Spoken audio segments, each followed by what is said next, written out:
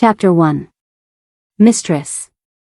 Alpha Ronan sent a message about the crowning of his new Luna. He wants you to do the ceremony, Leora said, lowering her head just a little. I never really got used to how respectful she was, and even now, it still felt strange. But Leora really looked up to me. I found her in the woods when she was 5, almost 18 years ago. She had no family. Rogues had killed her parents in wild lands that didn't belong to anyone. Maybe they were running from something or going somewhere, but I could never tell. It wasn't something I was meant to know. She looked older than me now, which always reminded me of the curse that kept me young.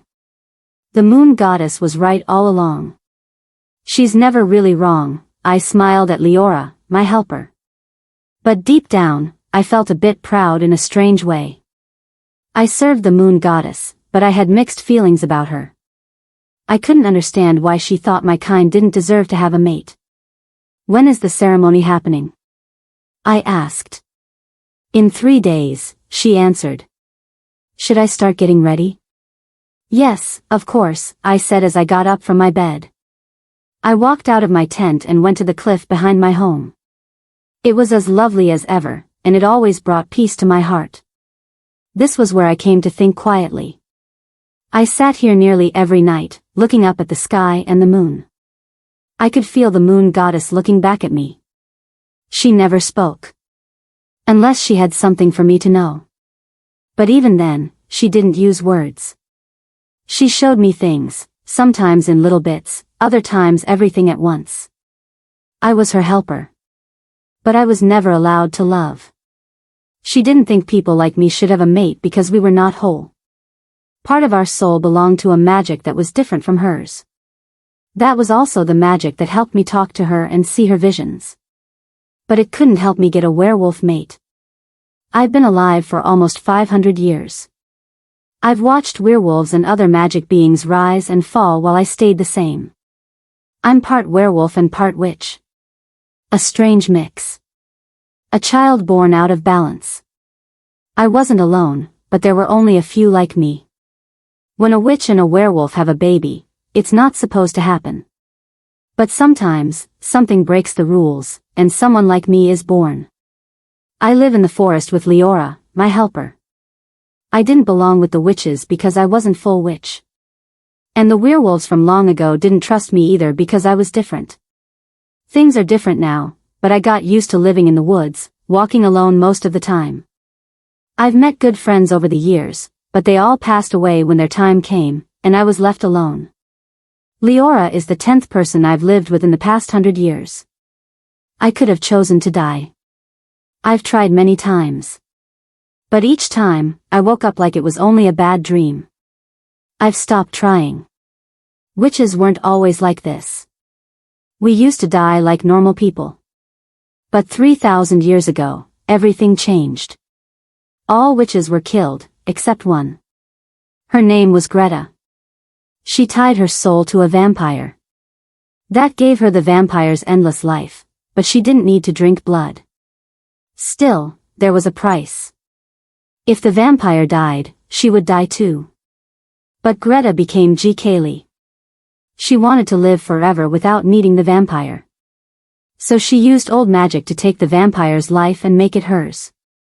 The vampire died. And the kids Greta had got her gift of endless life. But all magic has a cost. We can still be killed. Only one thing can do it, a dagger made from special argentium covered with the vampire's blood. It was the same one Greta used to kill the vampire. That dagger went missing, and most witches think it never really existed. I'm not completely unable to die, but I can't be killed by normal things. Not until it's really my time. That's the worst part of my curse. I'll die one day, but I won't know when. Maybe in hundreds or thousands of years. No one knows. But that dagger, if it's pushed right into the center of my neck, I'll die right away. If my head is cut off with a regular blade, I'll heal back in minutes. There aren't many full-blood witches, but some are still out there. Greta wasn't the last. Some ran away and lived. She taught them how to stay alive forever. But full-blood witches are only born when both parents are witches. I'm not one of them. My father was a witch, but I never met him or knew him. Still, I just know. I miss the old days. I miss my mom, Ingrid. She was a werewolf. A wizard hurt her 1 week before she found her true mate. When her mate found out what happened, he rejected her. Her pack and family turned their backs on her. She raised me on her own, even though everyone looked down on her. When she saw what I was, how I could live forever, she ran away with me. We hid in the woods together. She died when her time came. She left me, but I knew she didn't want to. She loved me. Mistress Frida, I've packed our things for the journey. If we leave this evening, it'll take us about 3 days to get there, Leora said. She was standing just a little distance away from me.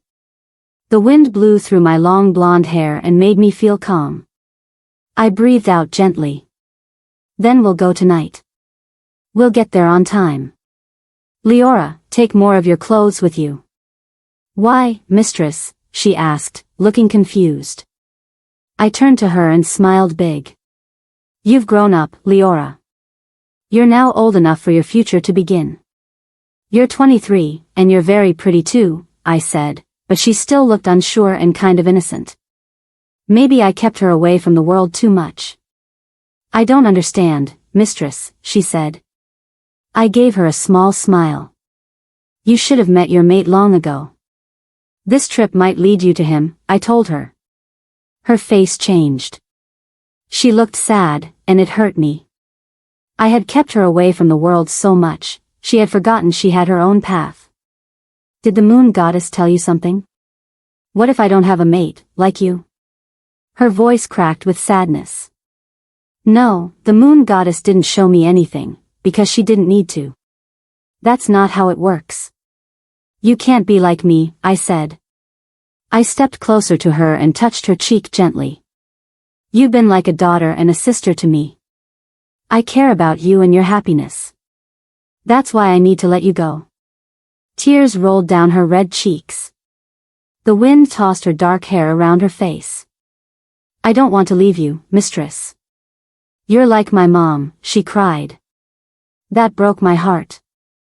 Thank you for seeing me that way, dear Leora. But this is the right thing. I'll always be with you, no matter where you go, I said softly, wiping her tears. She kissed the palm of my hand. If I don't find my mate on this trip, will you let me come back with you? She asked. I wanted to say no to her idea. Even if she didn't meet her mate in Alpha Ronan's pack, she should go from one pack to another to search for him. But instead, I said, yes, of course. But it won't be for long. We'll travel to find him. You'll come with me? She asked. I will, I answered quickly. If I do find him, will you stay with me? Can you think about living with me? She begged, her voice sounding needy. Leora was making it hard on purpose. She already knew what my answer would be. She already knew the truth. She knew I could never stay in a pack. I never could. I didn't know how to. And the path I walked with the moon goddess meant I was never meant to live in one place. I'll go get ready now. You should too, I said. Then I turned around and left her. Okay, mistress, I heard her whisper. We reached the Blood Sun pack in the afternoon, right before the Luna joining ritual. As always, some eyes followed us. It started with the warriors at the border and continued with the pack members we passed. I looked different. We dressed differently. And they already knew who I was. You've arrived, priestess, Thorn, the second in command of the pack, said as he bowed slightly. He met us halfway across the big open area in the pack. Yes, I have. Has Alpha Ronan been told that I'm here? I asked. Yes, he has. He told me to take care of you until the ritual starts tonight, Thorn replied. All right. Where will I and my helper stay until the ritual? I asked. I always spoke straight to the point. I didn't talk to people much unless the moon goddess sent me or I was asked to help. Come with me, priestess, Thorn said and turned to walk toward a large house, the pack's main home. We followed behind. I could feel Leora's nerves. She was scared. The thought of finding her mate made her uneasy, and all the different male smells in the air overwhelmed her. I reached out and held her hand. I gave her a soft, calming look. Right away, she relaxed. Thorn brought us to our room so we could rest before the mate dance, which would happen in 5 or 6 hours. Then he left us alone. Do you need anything, mistress? Leora asked once Thorn had gone. I'm all right, Leora. There's food in the room already. I still have some time before I need to get ready. You should rest, Leora, I answered gently.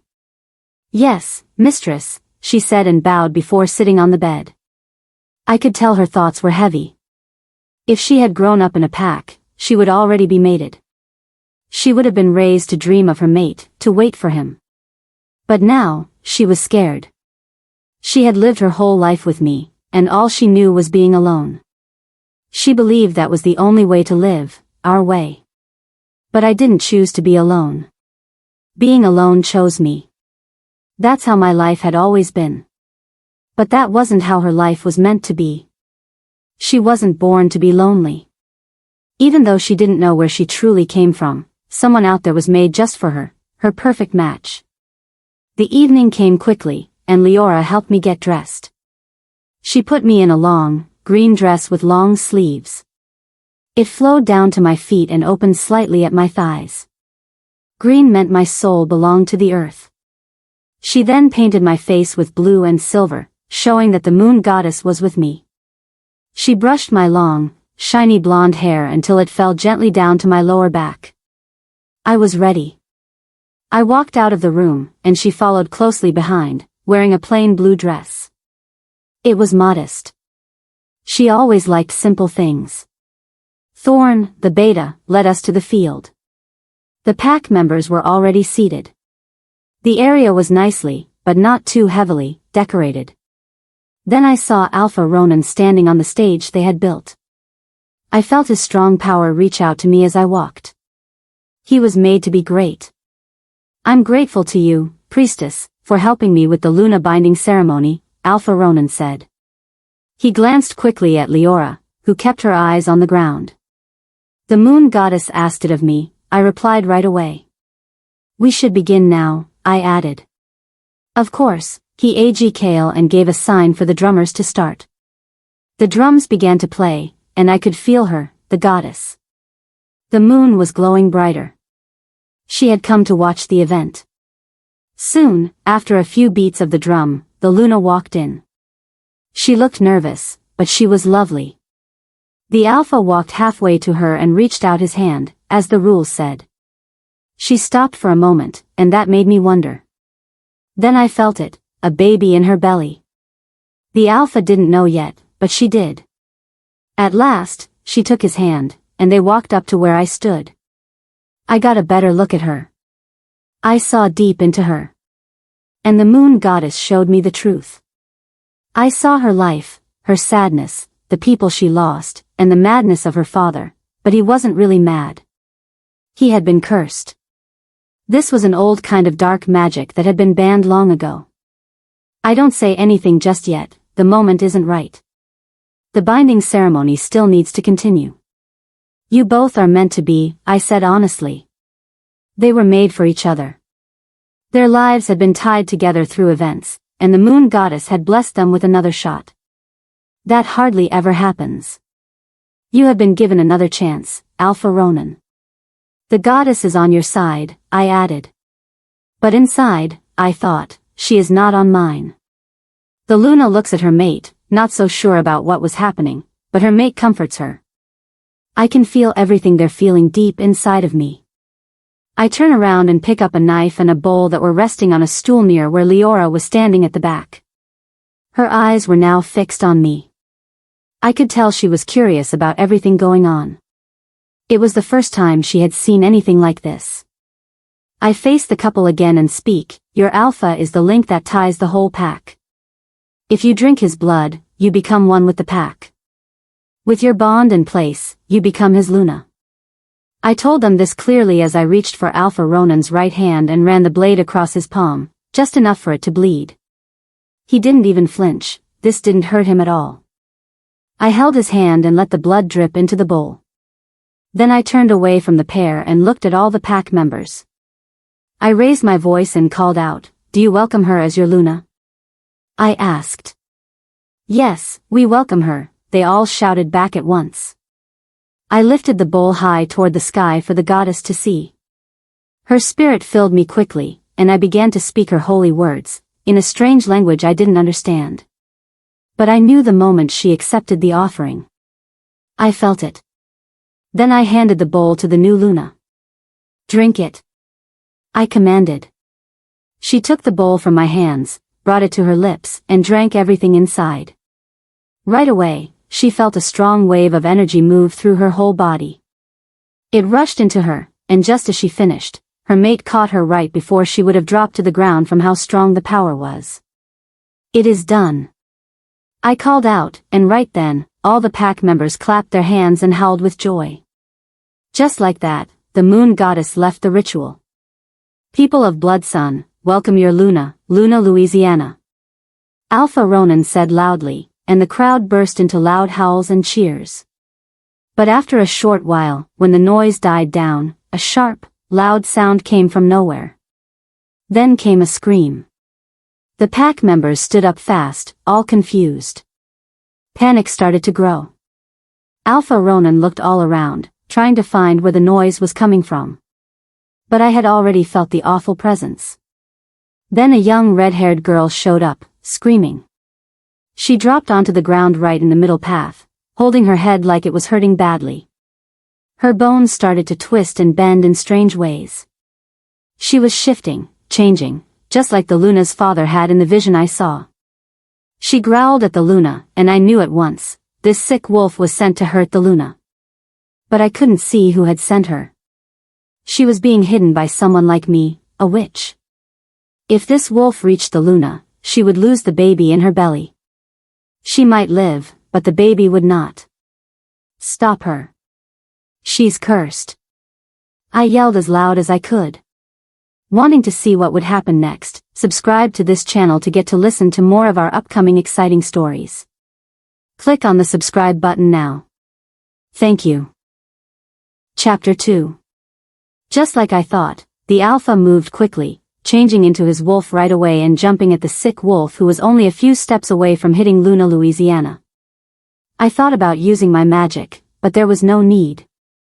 The Alpha was super fast, his power stronger than any other Alpha I had ever met. He moved fast and pushed her down, tearing into the skin on her neck. The cursed wolf let out a loud scream from the deep hole in her neck. Her body shook like she was about to pass out, and she shifted back into human form right away, trying to heal, but it was already too late.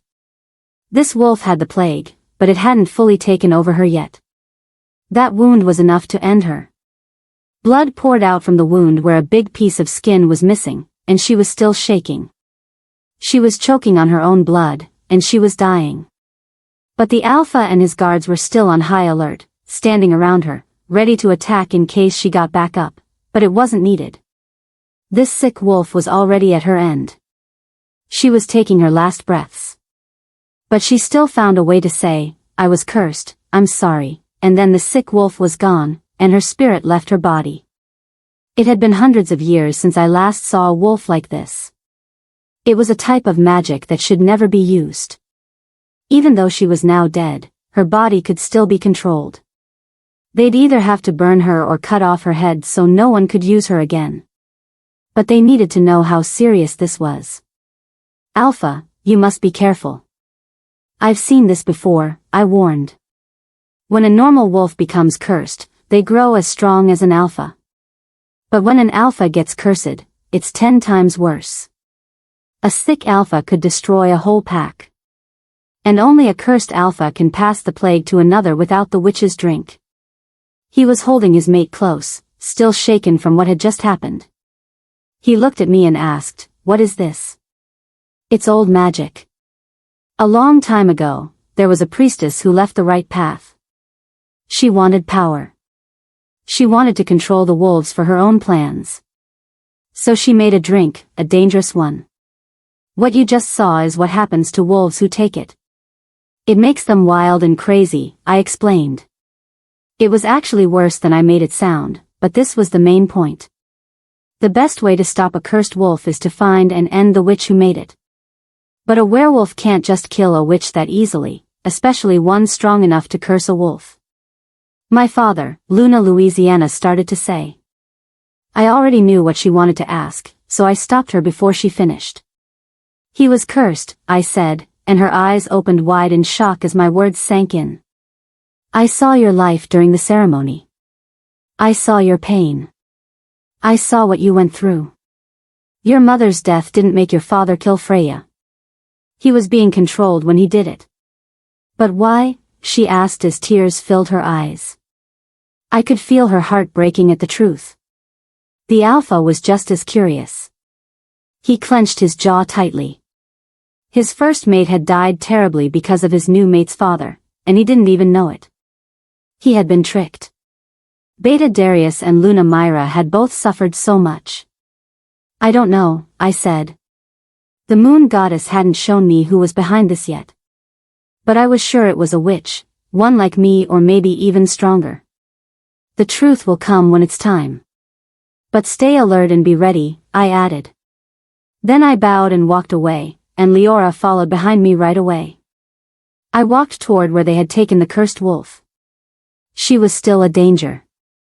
I finally reached the Pax clinic and pushed open the doors. I followed the smell of the dead wolf and found her lying still on a table. Priestess, a woman in a white doctor's coat, gasped, surprised to see me. She quickly bowed after calming herself. I nodded in return. My name is Arya. I'm the doctor for the pack. What do you need? She asked. I just need to look at the body. Then I'll be on my way, I said. She nodded her head in understanding. I walked to the table and placed my hand on the wolf's forehead. I had to find out who caused her to become cursed. I closed my eyes so I could focus and let the magic inside me grow. I needed to find the person behind this. I let the magic spread through my body and take over me. When it filled every part of me, my spirit was pulled into a dark, creepy forest. A cold chill ran through my skin the second I arrived. I knew this was a vision, but it felt real. If anything happened to me here, it would hurt me in the real world too. The air was thick and strange, and everything around me was covered in shadows.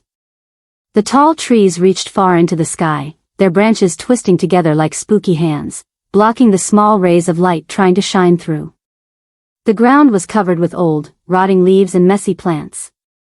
Every step I took made soft crunching and crackling sounds. Dark shapes moved around, playing tricks on my eyes. It felt like the forest itself was alive and staring at me. The only sounds were quiet whispers floating in the wind, making me feel like I wasn't alone. If the cursed wolf's body was pulling me into this dark place, it meant someone didn't want me to find out who they were. From time to time, pale moonlight would break through little holes in the trees above, casting strange light on the mossy rocks and twisted trunks below. The moss looked sick and pale green, sticking to the trees like a thick hug, as if the forest was trying to take everything back for itself. I could feel the air thick with very old magic, like it was coming straight from the roots of the forest, but I didn't understand it. This power was strong, too strong. I didn't think one witch alone could bring this kind of magic, a magic that created deep darkness. Who are you? I yelled. My voice came back to me, bouncing off the trees like an echo. This forest made me dizzy and sick. Maybe I had gone too deep too fast, but I had to. Plagued wolves aren't used unless someone wants to cause something really bad. If someone already sent one to go after Luna Illyra, they could try again. But something inside told me this was much bigger than it looked. I felt a dark shape rush past me, and I almost fell from the weight of the magic pressing on me. Show yourself. I yelled again and sent my power into the woods. All at once, a shape showed up from the thick mist. It looked like a ghost. Its body was pale and see-through, with cloudy, glowing energy swirling inside it. It floated across the ground without touching it, moving slowly and strangely. As it came closer, I could make out its face in the dim light. Its eyes were sunken and empty, but they burned with something dark and scary, like pain trapped inside. Long, thin shadows stretched out from its body, looking like torn pieces of an old cloak. Without a warning, the ghost let out a loud, terrible scream. The sound cut through the night like a knife, making my whole body shake. The sound hit me so hard, my head spun and my legs gave out. I dropped to the ground right away, dizzy and scared. My magic was nearly gone. This was much worse than I had guessed. One witch couldn't do this alone. But it was too late to regret it. I needed to leave this place. The ghost's scream echoed through the forest, still ringing in my ears. The sound felt full of sadness, pain, and hurt, like many lost voices crying out at once. It felt strange and strong, shaking me from the inside. I hadn't felt this weak in a very long time. While I lay on the forest floor, frozen by fear and not knowing what to do, the ghost floated right above me. Its eyes locked onto mine, staring into me so deeply it felt like it could see all of me. I could feel how evil it was, how dark its heart had become, and how badly it wanted to be free, or maybe take revenge. In that moment, for the first time, I felt something worse than fear. It was like all hope had left the world. Then more ghostly shapes appeared out of the shadows, grabbing onto me. I tried to pull away, but I could feel more and more of my power slipping away from me. Let me go. Let me go. I screamed loudly and kept dragging myself through their hold. I had to get out before the darkness swallowed me completely. I pulled out all my strength and let out a long, loud scream. I felt the force of my own voice. The sound should have pushed them back and pulled me out, but it didn't work. The shadowy creatures kept feeding on my magic. And when I felt like I was going to lose myself to the darkness, I felt a hand on my arm and a voice. Come back, a man's voice echoed in the dark woods, and just like that, I was pulled out. I gasped for air, like I had been underwater for a long time. I couldn't breathe at first. My eyes were a little blurry, but I could tell I was back inside the clinic. My legs were shaking like they were about to give out, but a strong hand grabbed me and held me up. My sight started clearing, and I felt my strength slowly coming back. I looked at the body of the plagued woman on the table. A cold shiver ran down my spine again. She looked so sad, but I knew she had only been used like a tool by a dark power. I was scared now. That magic, it was stronger than mine. Mistress. Leora's voice snapped me out of it. I turned fast in her direction and saw that she had been crying. I'm all right, Leora, I said, trying to calm her down. She had never seen me like this before, weak and almost out of power. Your nose, you're bleeding, mistress, she said in a shaky voice. I should take a look at you, the doctor said, looking really worried. Right away, I reached up and touched my nose. I hadn't even noticed the blood. I stared at the red on my fingers. I felt dizzy again, and my knees were giving out. I thought I was going to fall this time, but I didn't. That same hand caught me again. Mistress. Leora screamed and covered her mouth with both hands. She looked really scared. She and the pack doctor rushed to my side. But, who was holding me up? I slowly lifted my head and turned to look, and there he was, looking at me with worried eyes. His blue eyes stared deep into mine. And then I felt it, the tingles. The bond that happens between mates. But this time, the bond was mine. This couldn't be. My eyes went wide in shock. What was going on? I was completely frozen in surprise. And as if to prove what I felt, I heard him say the one word that changed everything. Mate. Wanting to see what would happen next, subscribe to this channel to get to listen to more of our upcoming exciting stories. Click on the subscribe button now. Thank you. Chapter 3. This had to be some kind of cruel joke. It wasn't supposed to happen to me. People like me don't get mates, that's part of the curse we carry. But here I was, feeling this strange bond with someone I didn't even know. Why was I feeling something so strong for a complete stranger? Who are you? I asked the man who was still holding me. He looked at me, confused, not just by my question, but maybe by everything happening right now. Honestly, I was just as confused. What was this? Was it tied to the vision from the sick wolf? Or was this another trick by the moon goddess? Before he could say anything, I stepped away from him. I didn't understand any of it yet, and I wasn't ready to welcome it. But the second I moved away, it felt like my skin touched fire. The pain from pulling away was sharp. Mistress. I don't get it. I thought something like this could never happen to you, Leora said, but I could hear the joy in her tone. This was like a dream coming true for her. She had always wished this would happen someday. What do you mean it's not possible? The man, my supposed mate, asked. I could feel his confusion growing bigger, and honestly, I felt the same way. Priestess, I'm lost here. Kale, are you sure? The pack doctor, Arya, asked, turning to look at him. So his name was Kale. They seemed to know each other well. I would have known too if my power had come back fully. I needed rest. I had to reconnect with the earth and the moon before I could feel like myself again. Do you think I wouldn't know who my mate is, sister? Kale asked with a sharp edge in his voice. She's the priestess, Kale. Everyone knows where she came from, Arya said. Her words surprised me. Sister? I didn't know Arya was related to this man who was now being called my mate. I really wished I could have looked into their past, but I was too drained. And even if I hadn't been, the moon goddess might have blocked me. She does that sometimes. There are some wolves whose mind she guards.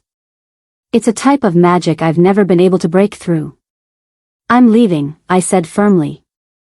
This feeling had to be some leftover echo from the cursed wolf's vision. That was the only answer that made sense. I wasn't going to stand around and watch two siblings argue. I was far too old to waste time on that.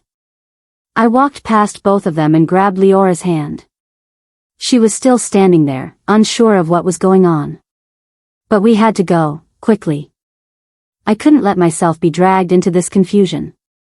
I needed to find out who sent the plagued wolf. Whoever they were powerful enough to weaken me.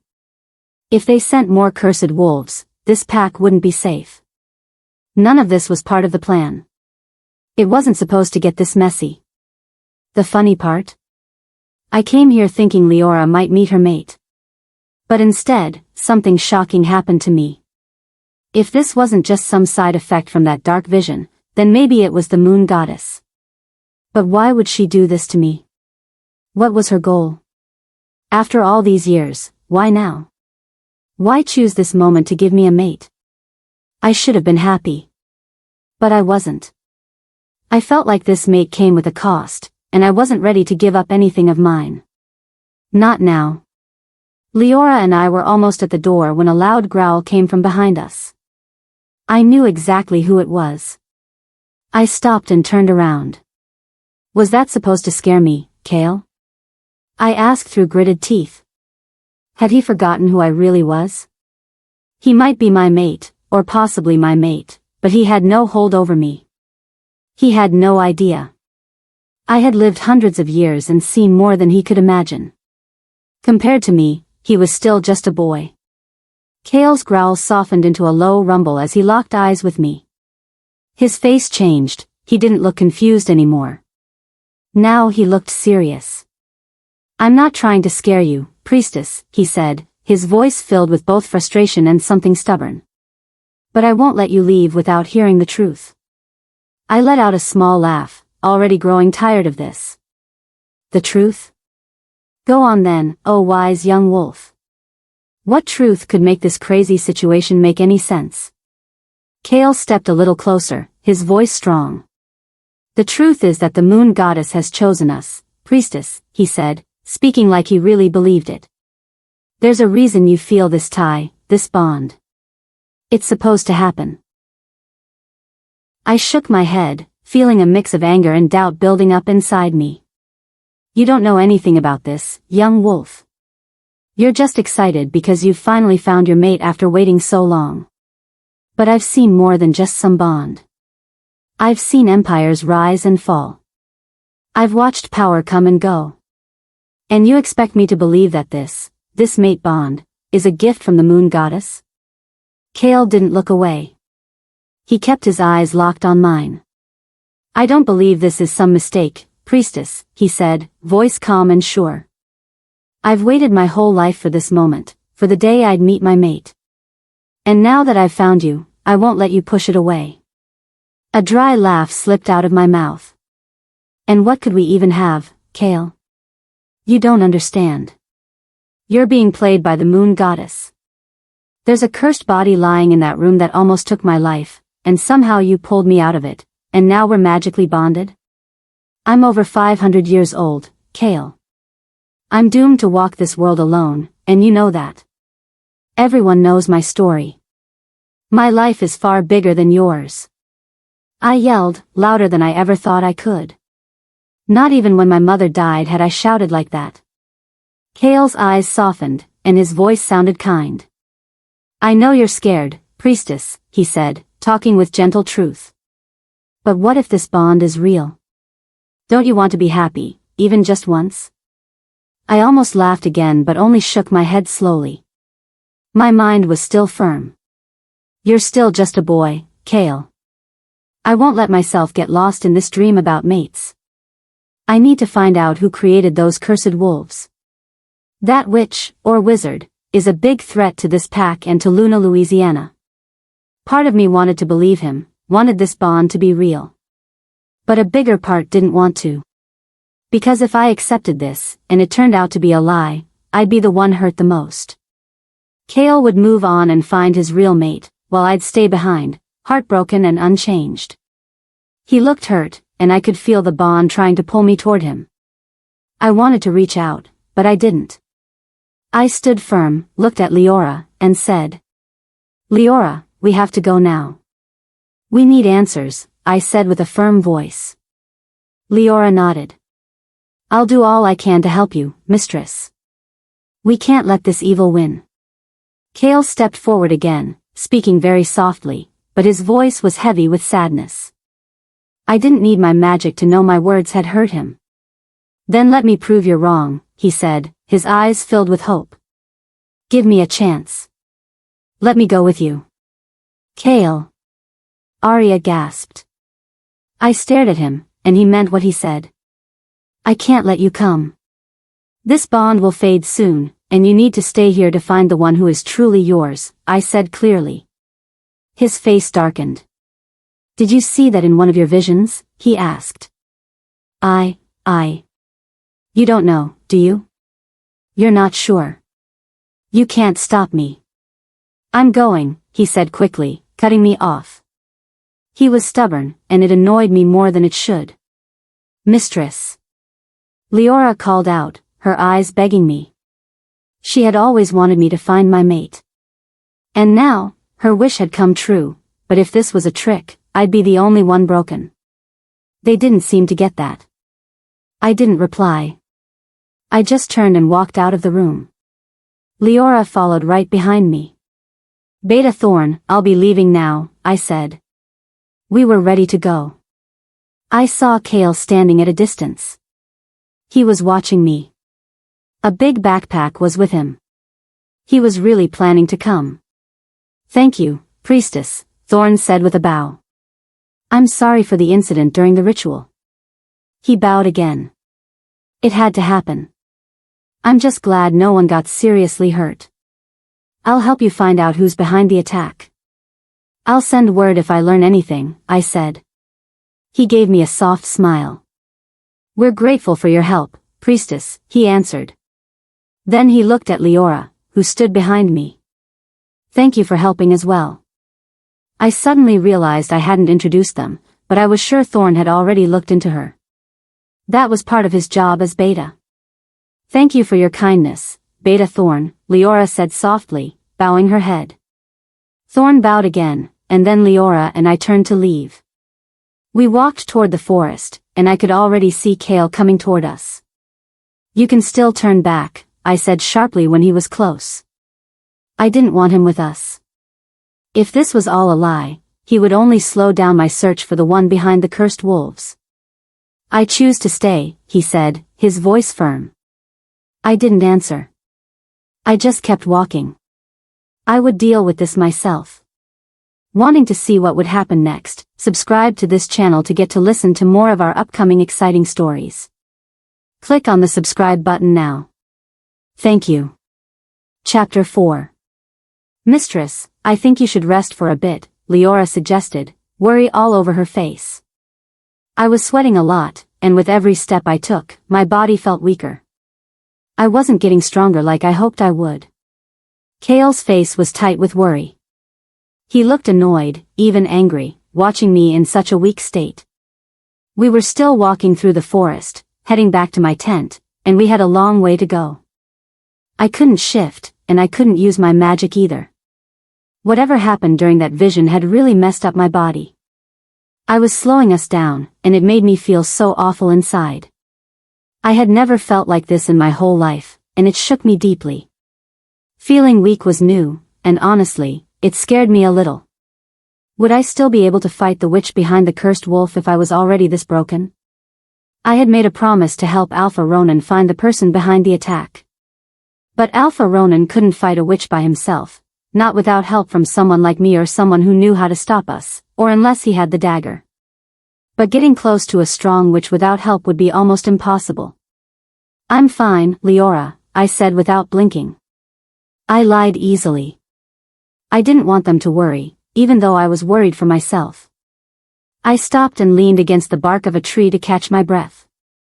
You're not fine, Kale said, running his hand through his hair in frustration. No man had ever worried about me before. This was the first time someone did, and it made me feel something I never thought I'd feel in my whole life. My eyes met his, and I held my breath as his stare locked deeply into mine. A part of me wanted him to hold me close, to carry me in his arms. That part hated the space between us. But another part of me was glad he wasn't too close. I still didn't understand anything. It had only been hours since we found out we might be mates. My vision started to blur. My head felt dizzy right away, and I knew I couldn't keep going. Leora. I called out. She was holding my hand.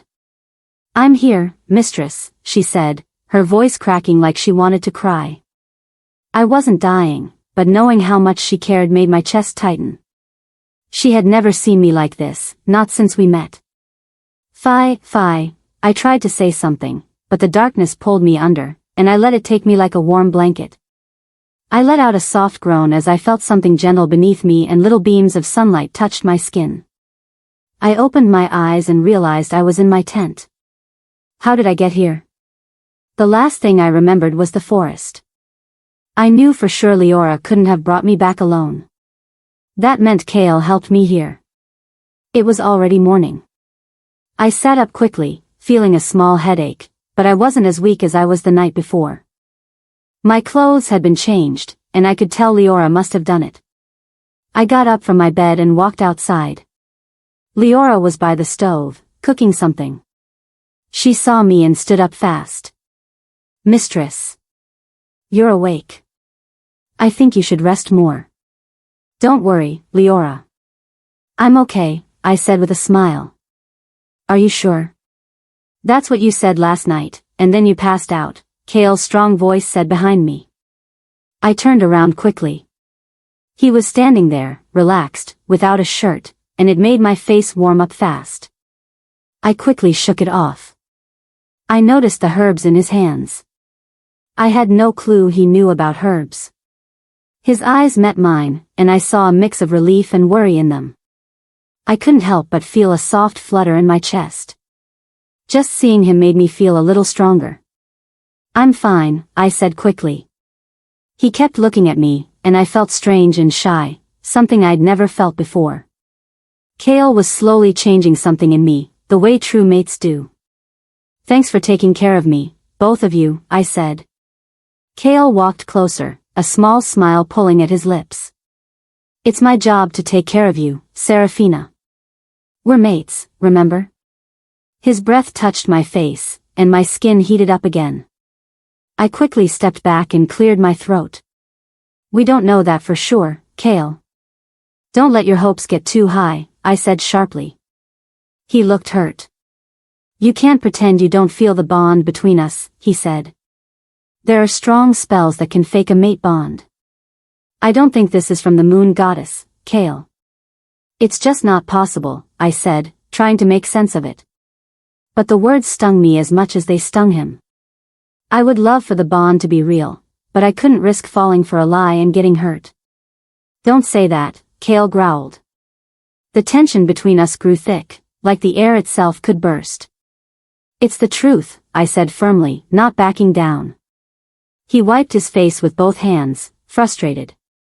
I didn't want to hurt him, but I had to. Just because he was lost in the idea didn't mean I had to be too. It's not the damn truth, Seraphina. Kale snapped, clearly angry. He walked over to Leora and dropped the herbs into her hands. Take care of her, he added and stormed back into the forest. I let out a deep sigh as I watched him disappear. I turned to Leora. I'm going to bathe now, I said. Do you want me to help you? She asked, standing up from her seat. I'll be fine. I'm heading down to the lake, I replied. But mistress, I should heat water for you instead. The lake's going to be cold, she said, worried. The cold is what I need right now. Don't bother, I'll be okay, I answered. All right, mistress. I'll get the herbs ready so you can take them after, she said. Thank you, I replied softly. As I walked closer to the quiet lake, I felt the cool wind lightly touch my skin. The warm sunlight bounced on the water, making it flicker with patterns of light and shadow. The air smelled nice, like wildflowers and fresh earth all around. Slowly, I stepped into the cool, clear water that welcomed me like a hug. The first touch sent a mix of cold and comfort through my body and woke all my senses. The soft waves touched my feet, asking me to come deeper. I took in a deep breath and enjoyed the stillness around me before diving under. Everything above disappeared as I floated weightless under the water. It wrapped around me, cooling my skin and washing away the stress I still felt from the fight with Kale. How could I make him see the truth staring us in the face? How could I help him understand I wasn't trying to hurt him, but this bond between us wasn't real, and one day, he'd be sorry. Time felt frozen as I floated on my back, looking up at the big sky. The wide open space was filled with blue and white. All my worries began to fade, and I felt calm and connected to the world. I could feel some of my strength coming back. The water helped my magic. I scrubbed my body with soap and dipped under again. After a while, I slowly stepped out of the lake, my body feeling alive and new again. Drops of water rolled down my skin, leaving cold trails behind. I wrapped myself in a towel and used another one for my hair. I suddenly stopped when I felt warm breath near my neck. I knew who it was without turning. The strong feeling between us got sharper as his body got close. I didn't move. What do you want, Kale? I asked. He let his fingers move across my skin, and a warm wave spread through me. His touch lit a spark inside me. With a gentle pull, he brought me closer, his breath brushing my neck. I want you, he whispered softly, his voice deep and low, sending a sweet rush down my spine. His words hung in the air, full of longing.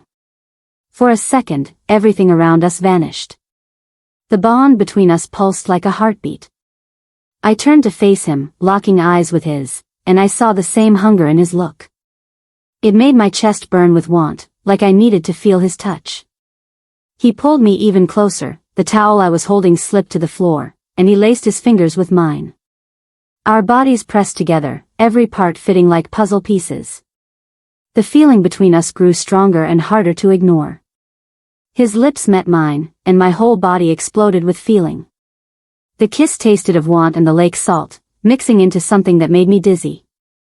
I didn't even notice when the towel around me dropped too, but I didn't care. Kale's hands became braver, his fingers moving across my wet skin, touching my back, my chest, then gently cupping my breast. I tried to hold back my voice but couldn't. Every inch of me felt alive from his touch, and all I could feel was him. He kissed me again, harder this time, and I let the sound escape from my lips. Then he let go of my lips, and spoke one soft word in the most tender way that made my heart flip. "Beautiful," he whispered, his hands gently holding my face. "I want you to know how deeply I love you," he added, his voice soft and full of truth. "You mean everything to me." Tears filled my eyes, echoing the feelings swirling inside me. I reached out, tracing his cheek with my fingers, feeling his warmth and strength. "And you are mine," I whispered back with the same kind of love. Then something shook me hard. A sharp jolt rushed through me. I jumped and realized, it was all a dream. "Mistress, are you all right?" "You've been gone for quite some time," Leora asked, her voice full of confusion and worry. "Why are you asleep by the lake?" "I thought you came to take your bath." I didn't know what to say. I was still trying to figure out why I would dream something so intimate about Kale. The bond between us was clearly stronger than I thought. I guess I was still tired. "I just wanted to rest a bit," I finally said. "I wish you had stayed in bed."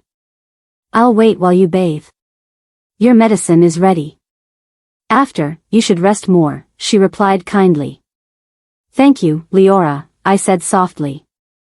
She smiled and helped me stand up. As I caught my breath, I saw Kale a few steps away, staring right at me. Wanting to see what would happen next, subscribe to this channel to get to listen to more of our upcoming exciting stories. Click on the subscribe button now. Thank you. Chapter 5. "I can tell you're feeling much better now," Kale's voice came from behind me. I was standing a few feet from the edge of the cliff, the same spot where I often came to sit and think. "Yes, I am," I replied, but I didn't turn around to look at him. The sun was already setting. After my bath, I drank the herbs and ate the food Leora made. She begged me to sleep more, but I couldn't. Somehow, he kept slipping into my thoughts. My body was healing, and my magic was slowly coming back, but I still wasn't as strong as I used to be. I had been avoiding him, which was why I stayed inside the tent all day. But when I noticed he wasn't around our little campsite, I finally stepped out. I couldn't help but wonder where he had gone. I didn't think he knew these woods well. I knew he wouldn't get lost, but still, even though I didn't want to care, a part of me was quietly worried about him. I went to town. It was a bit of a walk. "I picked up a few things for us," he said. "You didn't have to," I answered, my voice sounding sharper than I meant. I didn't expect it to come out that cold. "Well, we needed them." "I don't know how you two manage with so little," he said. "I thought women liked having things." That comment made me frown, and this time I meant it. "I'm not like the women from your time, and I raised Leora not to be either." "We've been just fine, as you can see," I said, tilting my head slightly so I could see him from where I sat. "I was just trying to help," he replied, his tone sounding a bit frustrated. "You shouldn't have. We don't need your help. I told you not to follow me, but you didn't listen." "You don't belong in my world," I said coldly. I waited for him to answer, but he didn't speak right away. After a few seconds, he walked toward me with long, steady steps until he stood right in front of me. I was sitting on a mat, and I had to lift my head to meet his eyes. There was a frown on his face. He ran a hand through his hair and let out a deep sigh. "You may think I shouldn't be part of your life, but you're wrong. You're a priestess, and I'm shocked you can't feel that what we have is real. Stop thinking about titles for a moment and be open to this," he said. I let out a laugh. "I've lived for hundreds of years. You haven't even lived half a century, and yet you talk like you know it all. For an old woman, you're being pretty small-minded right now," he cut me off. My eyes widened at what he said. I wanted to fire back, but he suddenly bent down so we were at the same level, eye to eye. His bright blue eyes locked into mine, and I forgot to breathe. He was so close that if he leaned in a little more, his lips would be on mine. I froze when I felt his fingers lightly run along my face. That spark, that strange bond, buzzed through my body so fast it made me shiver. Say it. Say you don't feel it, he said in a rough but strangely sweet voice, still staring right at me. I had never been this close to any man before, and I never thought I would be. I tried to speak, but stopped as his hand moved to my neck. That same feeling burst through me again, stronger now. Say it then. Say this isn't real, that the way we're both feeling right now is because of some witch out there, he added, voice still deep and steady.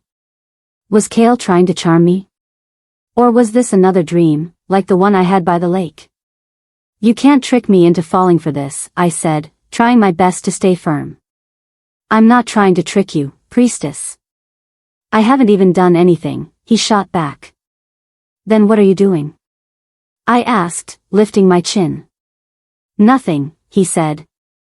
His fingers moved back to my face, and he leaned in even closer, just a few inches from my lips. I held my breath.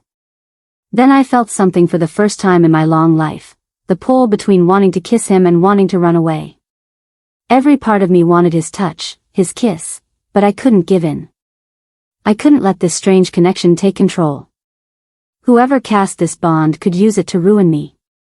With sudden strength, I pulled away from him and stood up, putting space between us. No, I said firmly, my voice full of emotion and will. This can't happen. I won't let this feeling take over and trap me. Kale got up too, his face showing both frustration and something softer. I get why you're scared, he said, sounding disappointed. But I can't pretend this bond isn't real, no matter how much you try to. There's something strong between us, and I don't believe it's from any witch.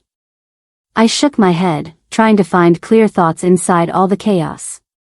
As a priestess and a werewolf, I'm not meant for this kind of bond.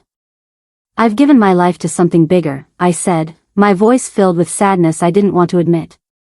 But deep inside, it was painful. Why would someone want to hurt me like this? I can't let strange feelings cloud my purpose just because you want them to. Kale stepped closer, his eyes full of hope. But what if this bond really is from the moon goddess? What if she's giving you a chance to be happy? Would you really turn that away later? It's not real. You should go now, Kale. I want to be alone, I answered.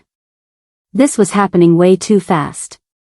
Even though the bond kept pulling us closer, the feelings were coming too quickly. Was Kale really the type of man who believed in love the very first time he met someone? Kale waited a bit, like he didn't want to go, but he stopped himself.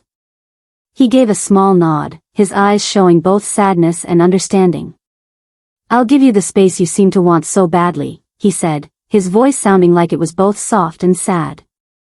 He turned and walked away, leaving me standing alone at the edge of the cliff. That night, sleep would not come easily. I turned from side to side, trying to fall asleep. I even tried to reach out to the moon goddess, but she stayed quiet.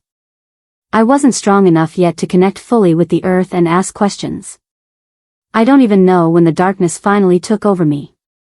Suddenly, I was in the middle of a scary, dark forest. Its tall trees were so thick they blocked out all the light. I tried to step forward, but my body froze, and a wave of fear filled me. When I looked down, I saw that I wasn't standing at all. I was lying on the ground, tied up by thick, heavy chains that curled tightly around my body.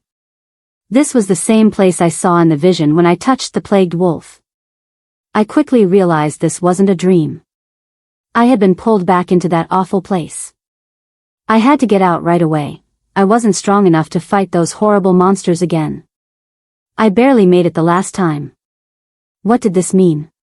Panic rushed through my body as I fought against the chains, but they wouldn't let me move. I was stuck, helpless and exposed in this nightmare place. Even the trees seemed alive. Their twisted arms stretched out like bony fingers, reaching to hold me down, but why? Who was keeping me here? I had no real link to that female-plagued wolf, so I couldn't understand any of this. A cold breeze floated through the trees, and it gave me a bad feeling. Dark shadows moved all around, making it hard to know what was real. Fear crawled through my mind when I felt I wasn't alone anymore. Another ghostly monster appeared, just like the last one, but this one felt even worse. I couldn't see it clearly because of how dark everything was, but it was rushing toward me faster than anything human. The thing gave off a dark, awful energy, and the closer it came, the more sick I felt. It was pulling something out of me, deep inside. It was draining my magic, my life, slowly and painfully.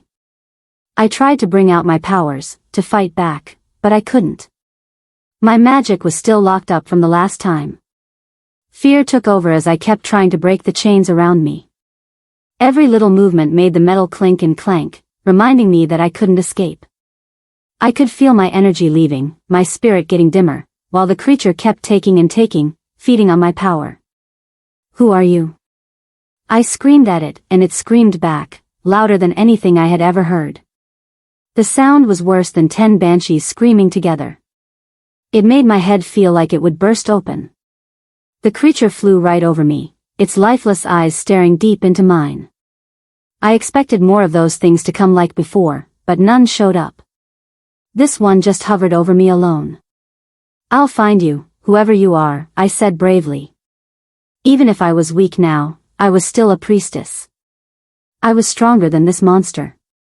"Come out and face me properly, you evil thing," I shouted.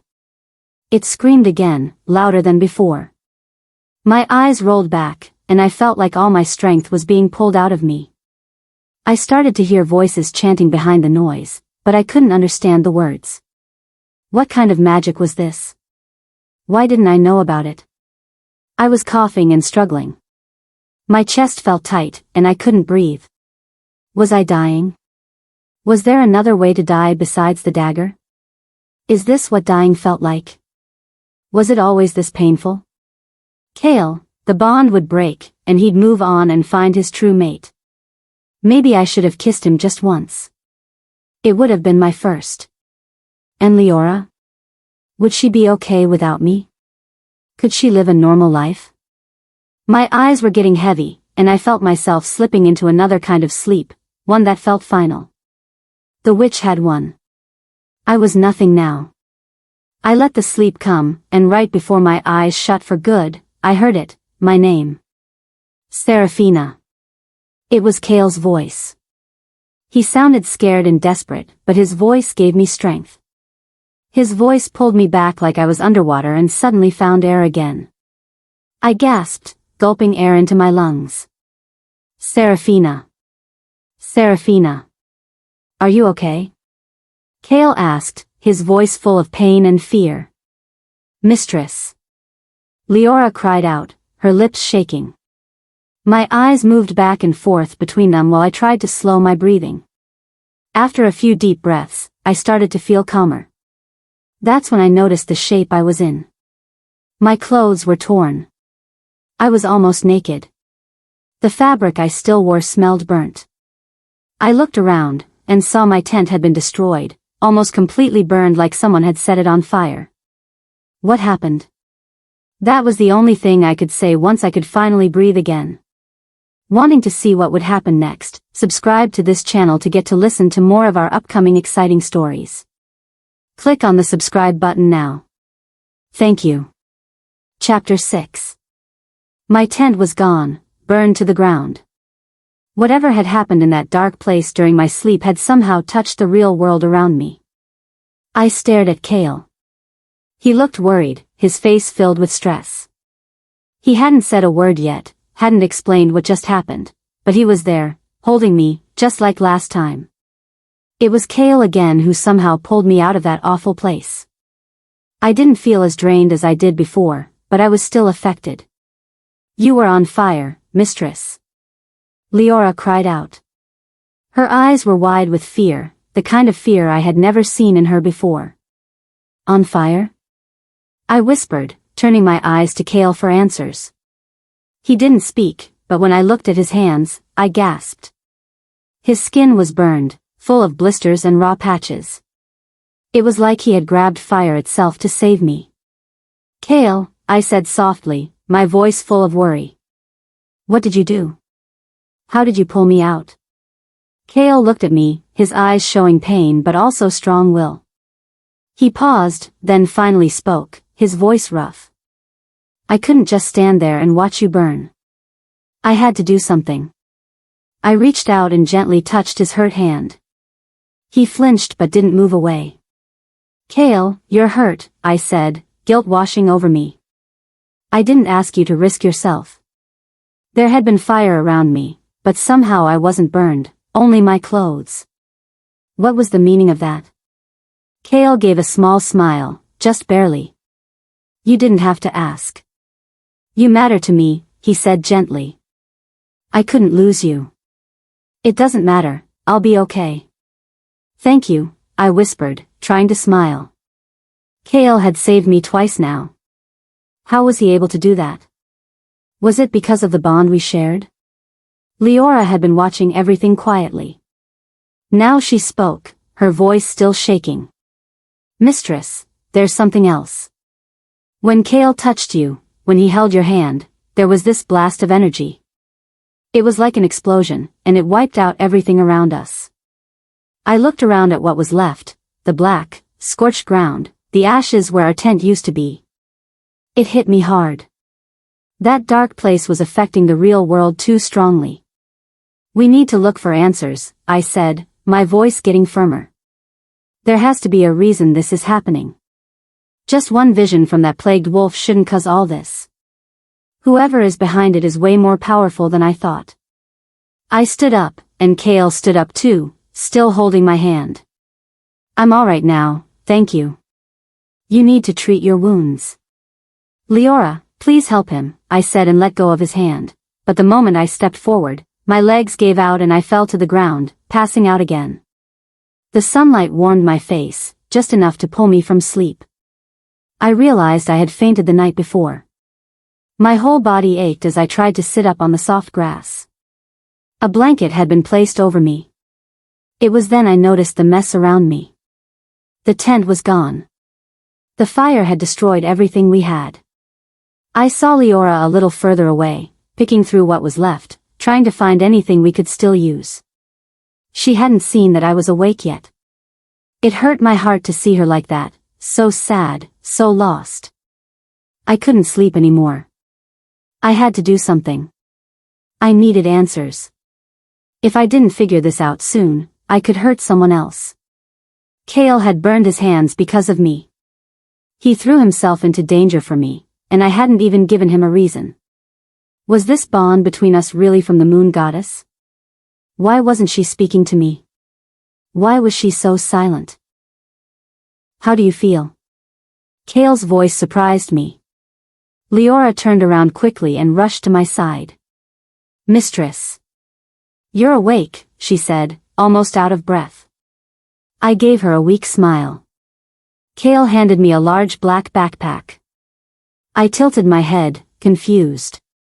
There are clothes and shoes in there for you and Leora, he explained. Yours were all ruined by the fire. I nodded, thankful for his kindness. Even after everything that happened, he still managed to think ahead and take care of what we needed right away.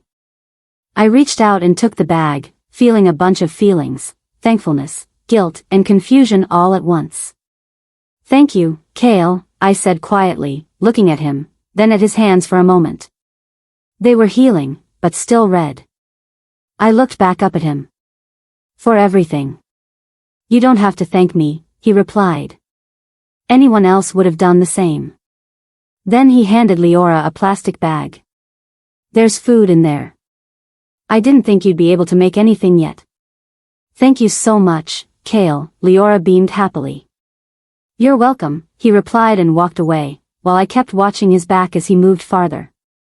Mistress, you should go have a bath so you can change properly, she suggested. That's when I realized I was still wearing a big polo shirt that clearly wasn't Leora's. His scent wrapped all around me, filling my nose and making me feel oddly safe. Mistress? Mistress. I heard Leora's voice calling again, and I quickly snapped out of my thoughts. I'll go bathe, I said as I stood up.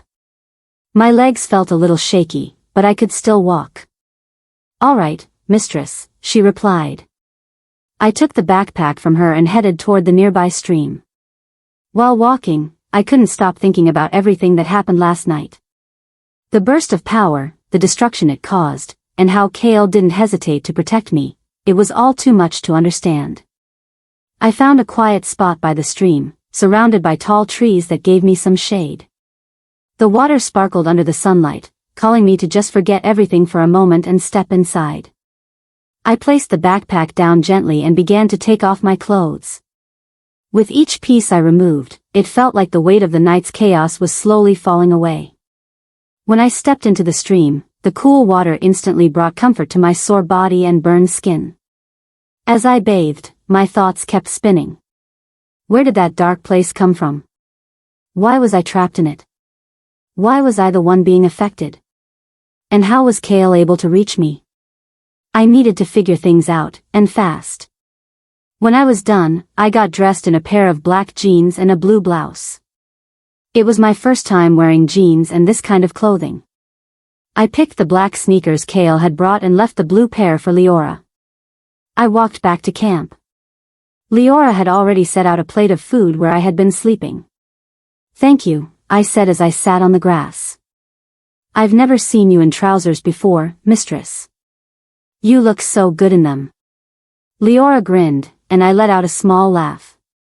"You should go change too," I told her. "We'll be leaving here soon." "Where are we going, mistress?" she asked. Kale was now standing beside a nearby tree, his back leaning against the trunk, watching quietly. "We're going to look for answers. There's nothing more for us here."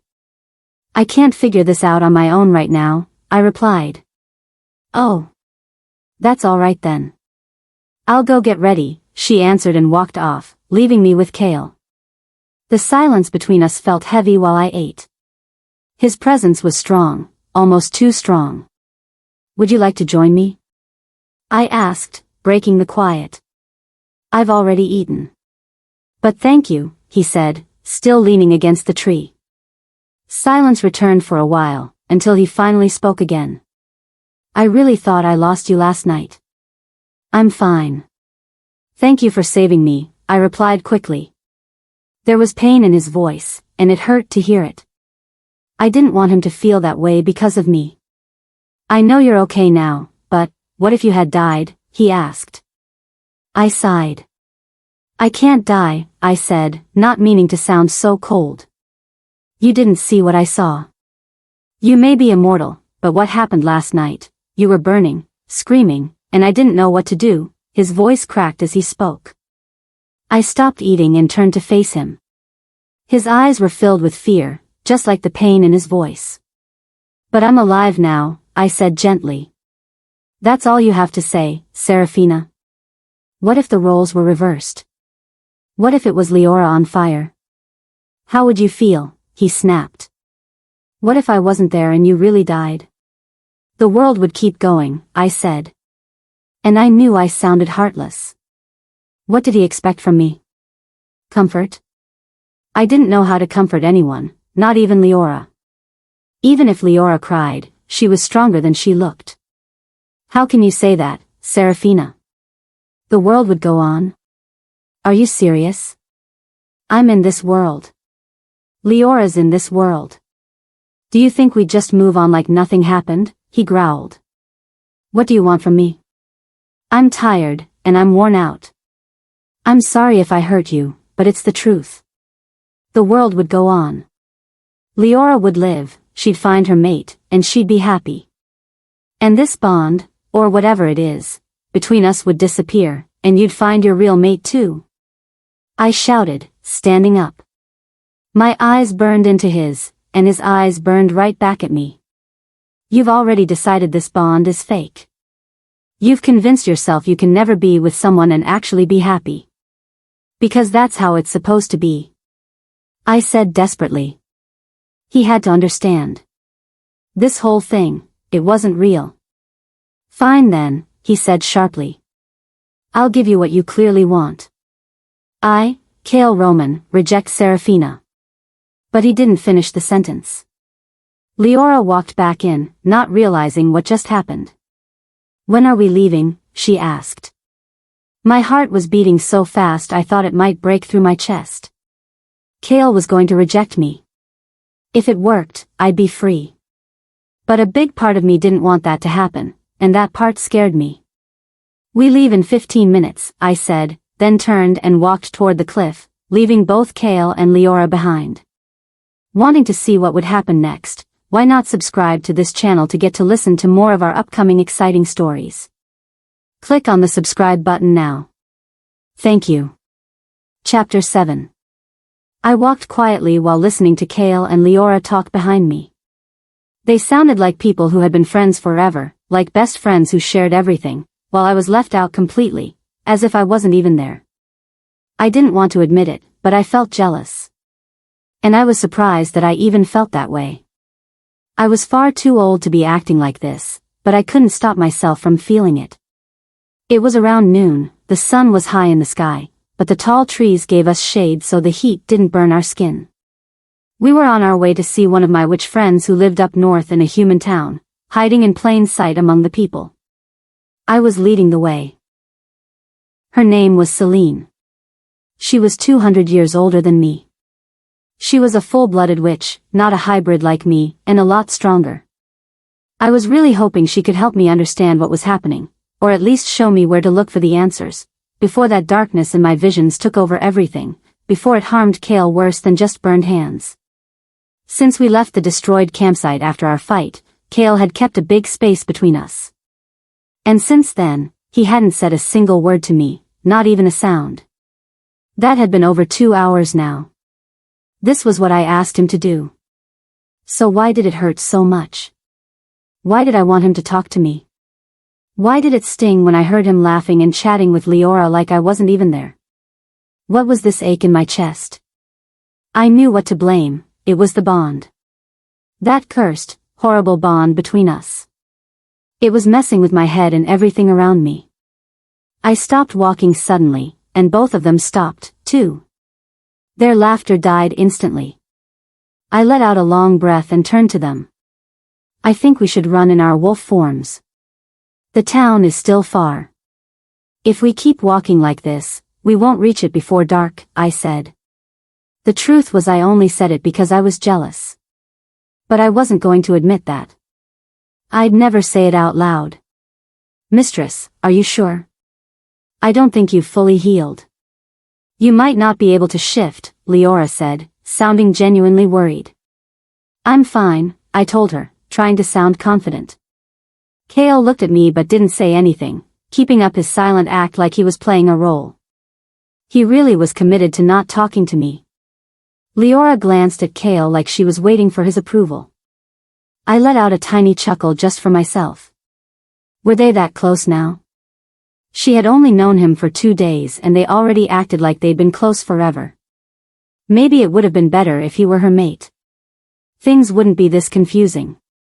Kale gave her a small nod and then said, "You should shift behind a tree so you don't tear your clothes."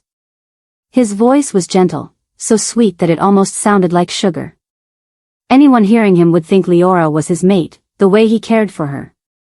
Leora nodded and stepped away to shift. Kale still didn't say a word to me. He simply turned his back and started taking off his clothes. I was stunned for a second, but I told myself not to let it bother me. I turned away and walked behind a tree to remove my own clothes. I tried to shift, but as soon as the first bone popped, I cried out in pain like a wounded wolf. Sweat was already on my face. Leora was right, I wasn't strong enough to shift yet. Leora had already turned into her brown wolf and quickly came running to my side. I must have screamed really loud. She nudged me gently with her head, making soft sounds like she felt bad for me. I appreciated her comfort, but deep down, I felt awful. My jealousy had gotten me here. I was acting like a foolish girl with a silly crush. Kale had now also shifted into his wolf form. His fur was gray and thick, and he looked huge, way bigger than most wolves. I hadn't expected that from him. I didn't realize I was standing there completely exposed until Leora moved in front of me, blocking his view with her body. If Kale and I had accepted each other as mates, this wouldn't matter. But we hadn't, and I was grateful she protected my modesty. I tried to shift again, but the same pain hit me hard. It wasn't like a first-time shift or a long-lost one like what Luna Alira went through in the vision. Still, it was sharp and hard to bear. I didn't think I could fully shift. Apparently, Kale didn't care that Leora was trying to shield me. He darted past her in a flash and leapt toward me. As soon as his paws touched the ground, he shifted back into his human form so smoothly, not even thinking about his own nakedness. I understand about the boy and girl body, but I have never closely seen a man without clothes in my 500 years on this world. Maybe I saw it from far away, but I wouldn't know clearly, maybe in one of the dreams I had about werewolves. I always showed respect for people's bodies even if most werewolves didn't mind being without clothes. Maybe it was simpler for them to just get used to it than ripping their clothes into pieces every time they changed forms. I felt my cheeks heat up immediately, and I knew I was blushing because I felt embarrassed, but that didn't stop my eyes from looking at him without my control. He was really beautiful. I don't think I've ever called a man beautiful before. I have seen handsome men, but I never thought of them as beautiful. But Kale seemed truly beautiful to me, like someone from a dream. My hands wanted to touch him, but I held myself from doing it and got myself back under control. This was totally crazy. Do werewolf mates always act like this? Feeling so much attraction towards a person they met just 2 days ago. It felt more like some kind of magic spell. Wasn't the moon goddess doing too much with this mate thing, sticking two people together forever? There was once a time in my life when I wished for this after seeing other mates. But if this happened to humans, they would surely fight against it. Even though the werewolves saw this bond as something from tradition, humans are freer, and they're not tied down to a pack or to magic like werewolves. They would only see this mate bond as being trapped. This special bond would feel just like being trapped for most humans. I made myself pull my eyes away from his muscular body. "Are you all right?" Kale asked, his usual worried look clear on his face. Now he was talking to me, and all it took was for me to feel pain. Did he feel pain because I felt pain? I've sensed how this mate bond works, but I can't fully understand it unless I experience it myself. And now I kind of felt it, but it made me totally confused. This bond really seemed like a mate bond, but my mind kept saying it wasn't. Even if it was, it had only been 2 or 3 days. I just couldn't run into his arms and accept his mark when I barely knew him, and my magic was weak. I couldn't even see into his life if the moon goddess was protecting his memories. "I am okay," I answered back, but my words didn't convince him. He still looked at me with worried eyes. Leora moved from where she first stood, trying to hide my body from Kale, and she laid down beside my right side. I knew she wanted to change back to check on me, but she couldn't, because that would mean she'd have to be without clothes in front of Kale. My eyes suddenly opened wide as I realized I was without clothes in front of Kale. Quickly, I grabbed my shirt from the ground to hide myself from him. I think that's when he also realized I wasn't wearing anything. He coughed oddly before saying, "You are not okay." "I'm fine, I'll be able to change form in a few minutes," I argued, but I knew it was not true. It would take much more than a few minutes for me to change. "You are not," he said through his teeth, like he was trying hard not to show his anger. Why was he angry? I was the one feeling pain. "Get dressed, I'll change into a wolf, and you can ride on my back," he said. I wanted to argue, but he glared strongly down at me like he dared me to disagree. No one had ever glared at me. Most werewolves around here feared me, and in places they didn't fear me, they respected me. But this wolf in front of me felt none of those things. He acted however he wanted. He left so I could dress privately. When he returned, he had already become a wolf and was holding his bag in his teeth by its handles. I had also dressed again and helped Leora with the bag. I took Kale's bag from his teeth too. He knelt down low so I could climb onto him. When he was sure I sat safely, he moved his head asking me which way to go. I pointed to the north. Without wasting even a second, he took off into the forest, Leora following behind. Riding on his back felt strange. I had never ridden on a werewolf's back before, at least not when awake. I know he carried me when I fainted that night. It felt almost like when I ran myself, except my legs weren't on the ground and weren't doing the running, and I hadn't felt this warm feeling before as I rested my body against his soft fur. Riding on his back felt very nice. If you're still listening to this story up to this point, why don't you subscribe to this channel to continue getting subsequent interesting daily stories like this? We would be most grateful if you can do that to help boost this video to reach everyone. Thank you. Chapter 8. We finally reached the town after a long run. The sun had already set, but it wasn't too late in the evening. They got dressed while I waited nearby, and after that, we all stepped into the town. Leora and Kale were back to chatting happily as we strolled through the streets, walking past many people. Thankfully, we blended in well because of our outfits. If I had worn one of my usual gowns, people would have stared at me strangely. There was so much excitement in Leora's voice as she talked to Kale about the town. She was amazed by what she was seeing, and that made me realize something. I had never really let Leora live in a human town. I had taken care of her since she was little, but I'd also kept her from so many things. She's the one who should have a mate, not me. She's the one who deserves to live her life freely, not stuck in mine, which never really changes. If Kale hadn't come along, nothing would be different in our lives. Yes, the plagued wolf would still have shown up, but Leora and I would have dealt with it alone. We walked up to the front steps of Seline's house, with Kale and Leora following behind me. Not much had changed since the last time I was here, and that was over 30 years ago. 30 years of Seline using spells to stop the humans from noticing she wasn't aging at all. I still don't get her strong pull toward these humans. Her whole life seems connected to them, or maybe to just one person. I wouldn't know. Seline always kept secrets. I knocked on her door and waited. It didn't take long before the door opened, and there she was. She still looked exactly the same. Her brown skin still glowed like it had been touched by the gods themselves, her face still beautiful and perfect, and her thick curls danced across her cheeks as the wind blew around us. She was still stunning.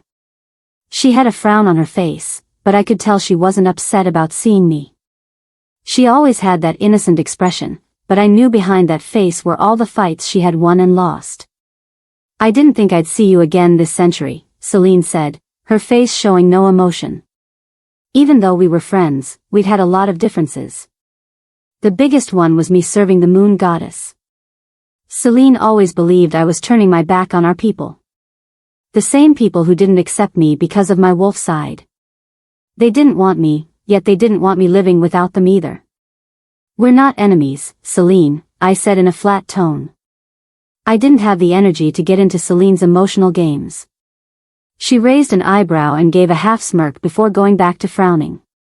The child has grown, she said, glancing at Leora, looking her over. Leora stared back in confusion. She didn't remember Seline, since they hadn't met face to face. Seline once tried to convince me to come live with her 15 years ago. She arrived late at night, and Leora had been asleep. You raised her well. Is that, no, not her mate. There's no bond between them, but, I feel something between you and that man, she said, now looking right at Kale. I let out a sigh and said seriously, I need your help. Seline opened the door fully and let us in right away. She could tell I was serious now, though her confused eyes kept switching between me and Kale. Kale stared at her just as intensely. I could tell he was very curious about what Seline was sensing between us. I sat on her couch, and Leora sat beside me. Kale stayed standing. I didn't think Seline had many visitors. Her house felt like it belonged to a human grandma who lived with a lot of cats. Can we talk in private? I asked Seline, who was still staring at Kale. No. Kale almost shouted. I want to know what she's going to say. This doesn't involve you, Kale. I snapped, annoyed. It does involve me. You're my mate, he snapped right back. You have a mate? Is that the connection I'm sensing between you two? So much has happened. When did this start? Seline blurted out, surprised. This bond isn't a mate bond, I said through clenched teeth, glaring at Kale. Then I turned to Seline. Can your magic help us? The tension in the room was almost too much. You want to test the bond? She asked. Can't you do that on your own? I've tried. I'm weak right now. And this is about more than just this strange bond between me and this wolf. What happened to your powers? She asked, her face now showing worry. It reminded me of the past, when I would disappear for days on missions from the moon goddess. I missed her. There was a plagued wolf. What? That kind of magic is forbidden. It's way too dangerous, she interrupted me. The plagued wolf isn't even my biggest worry. I had a vision when I tried to figure out who was behind it. You entered another realm, she whispered, her voice shaky. She knew exactly what I meant. She walked up to me and I stood from the couch so we were face to face. She gently took my hands and began chanting a spell I'd never heard before. She'd never taught me this one. Then it happened, everything suddenly went pitch black for a moment, and the next thing I knew, I was standing inside the dark realm again. What just happened?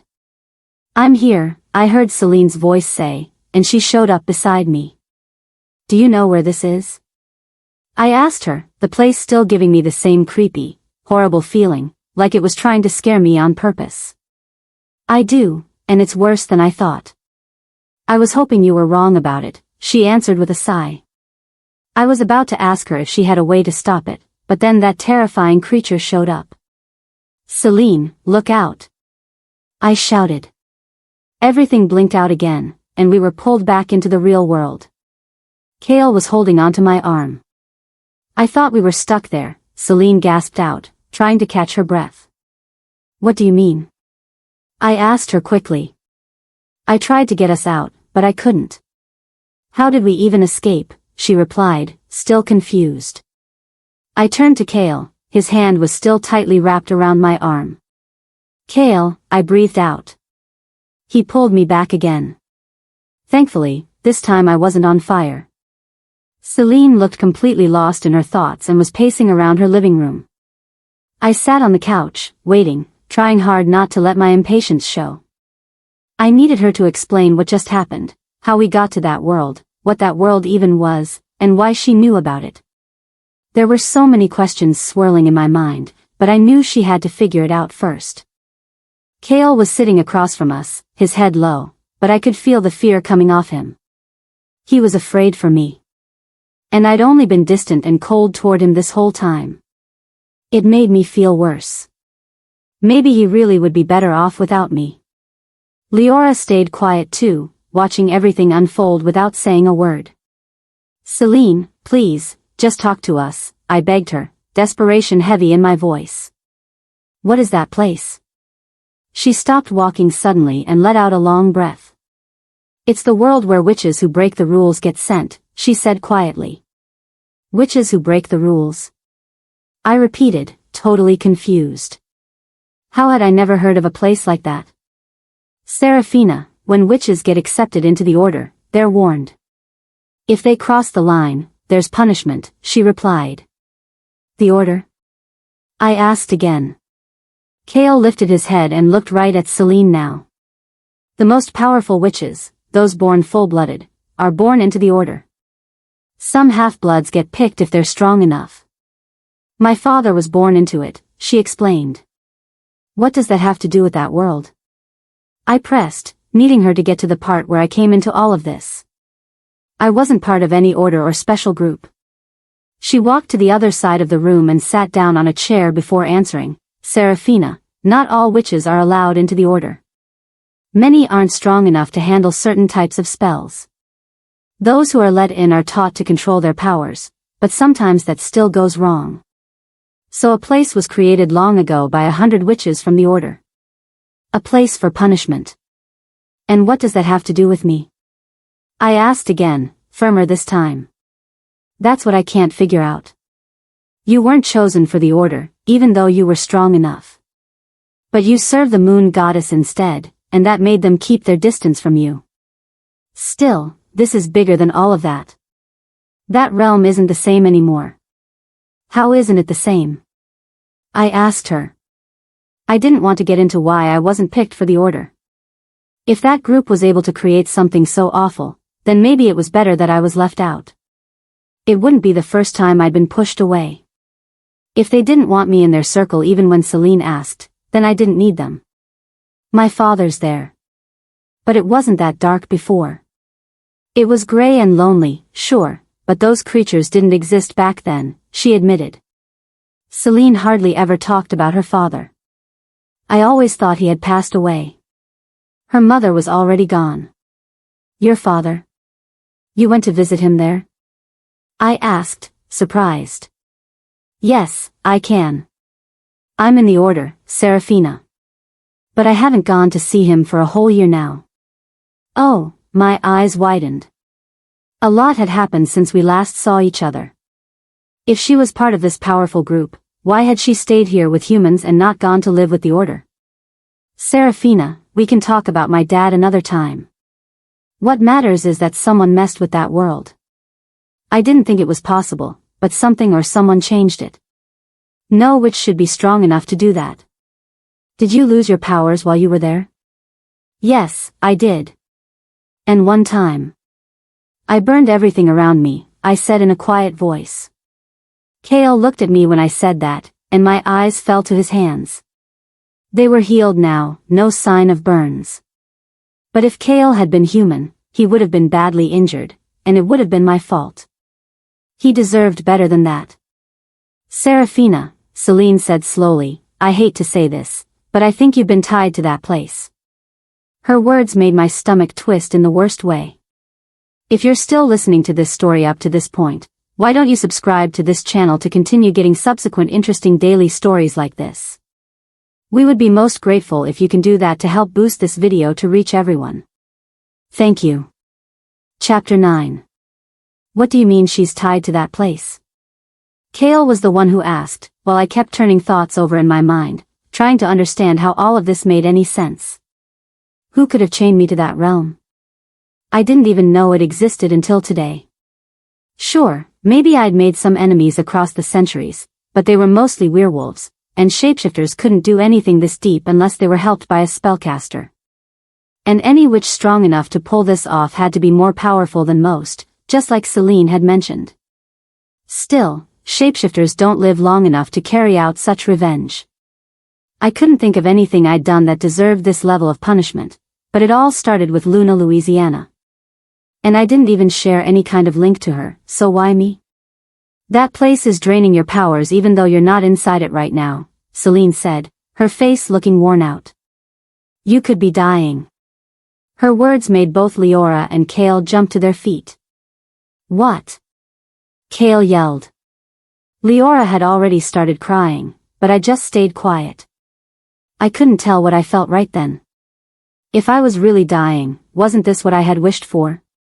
I'd begged the goddess so many times to let me pass peacefully after I failed to recover the dagger that could have ended my life. And now, someone else was doing it, but in a whole new way. But I could sense something deeper than just death looming over me. Something much bigger was coming.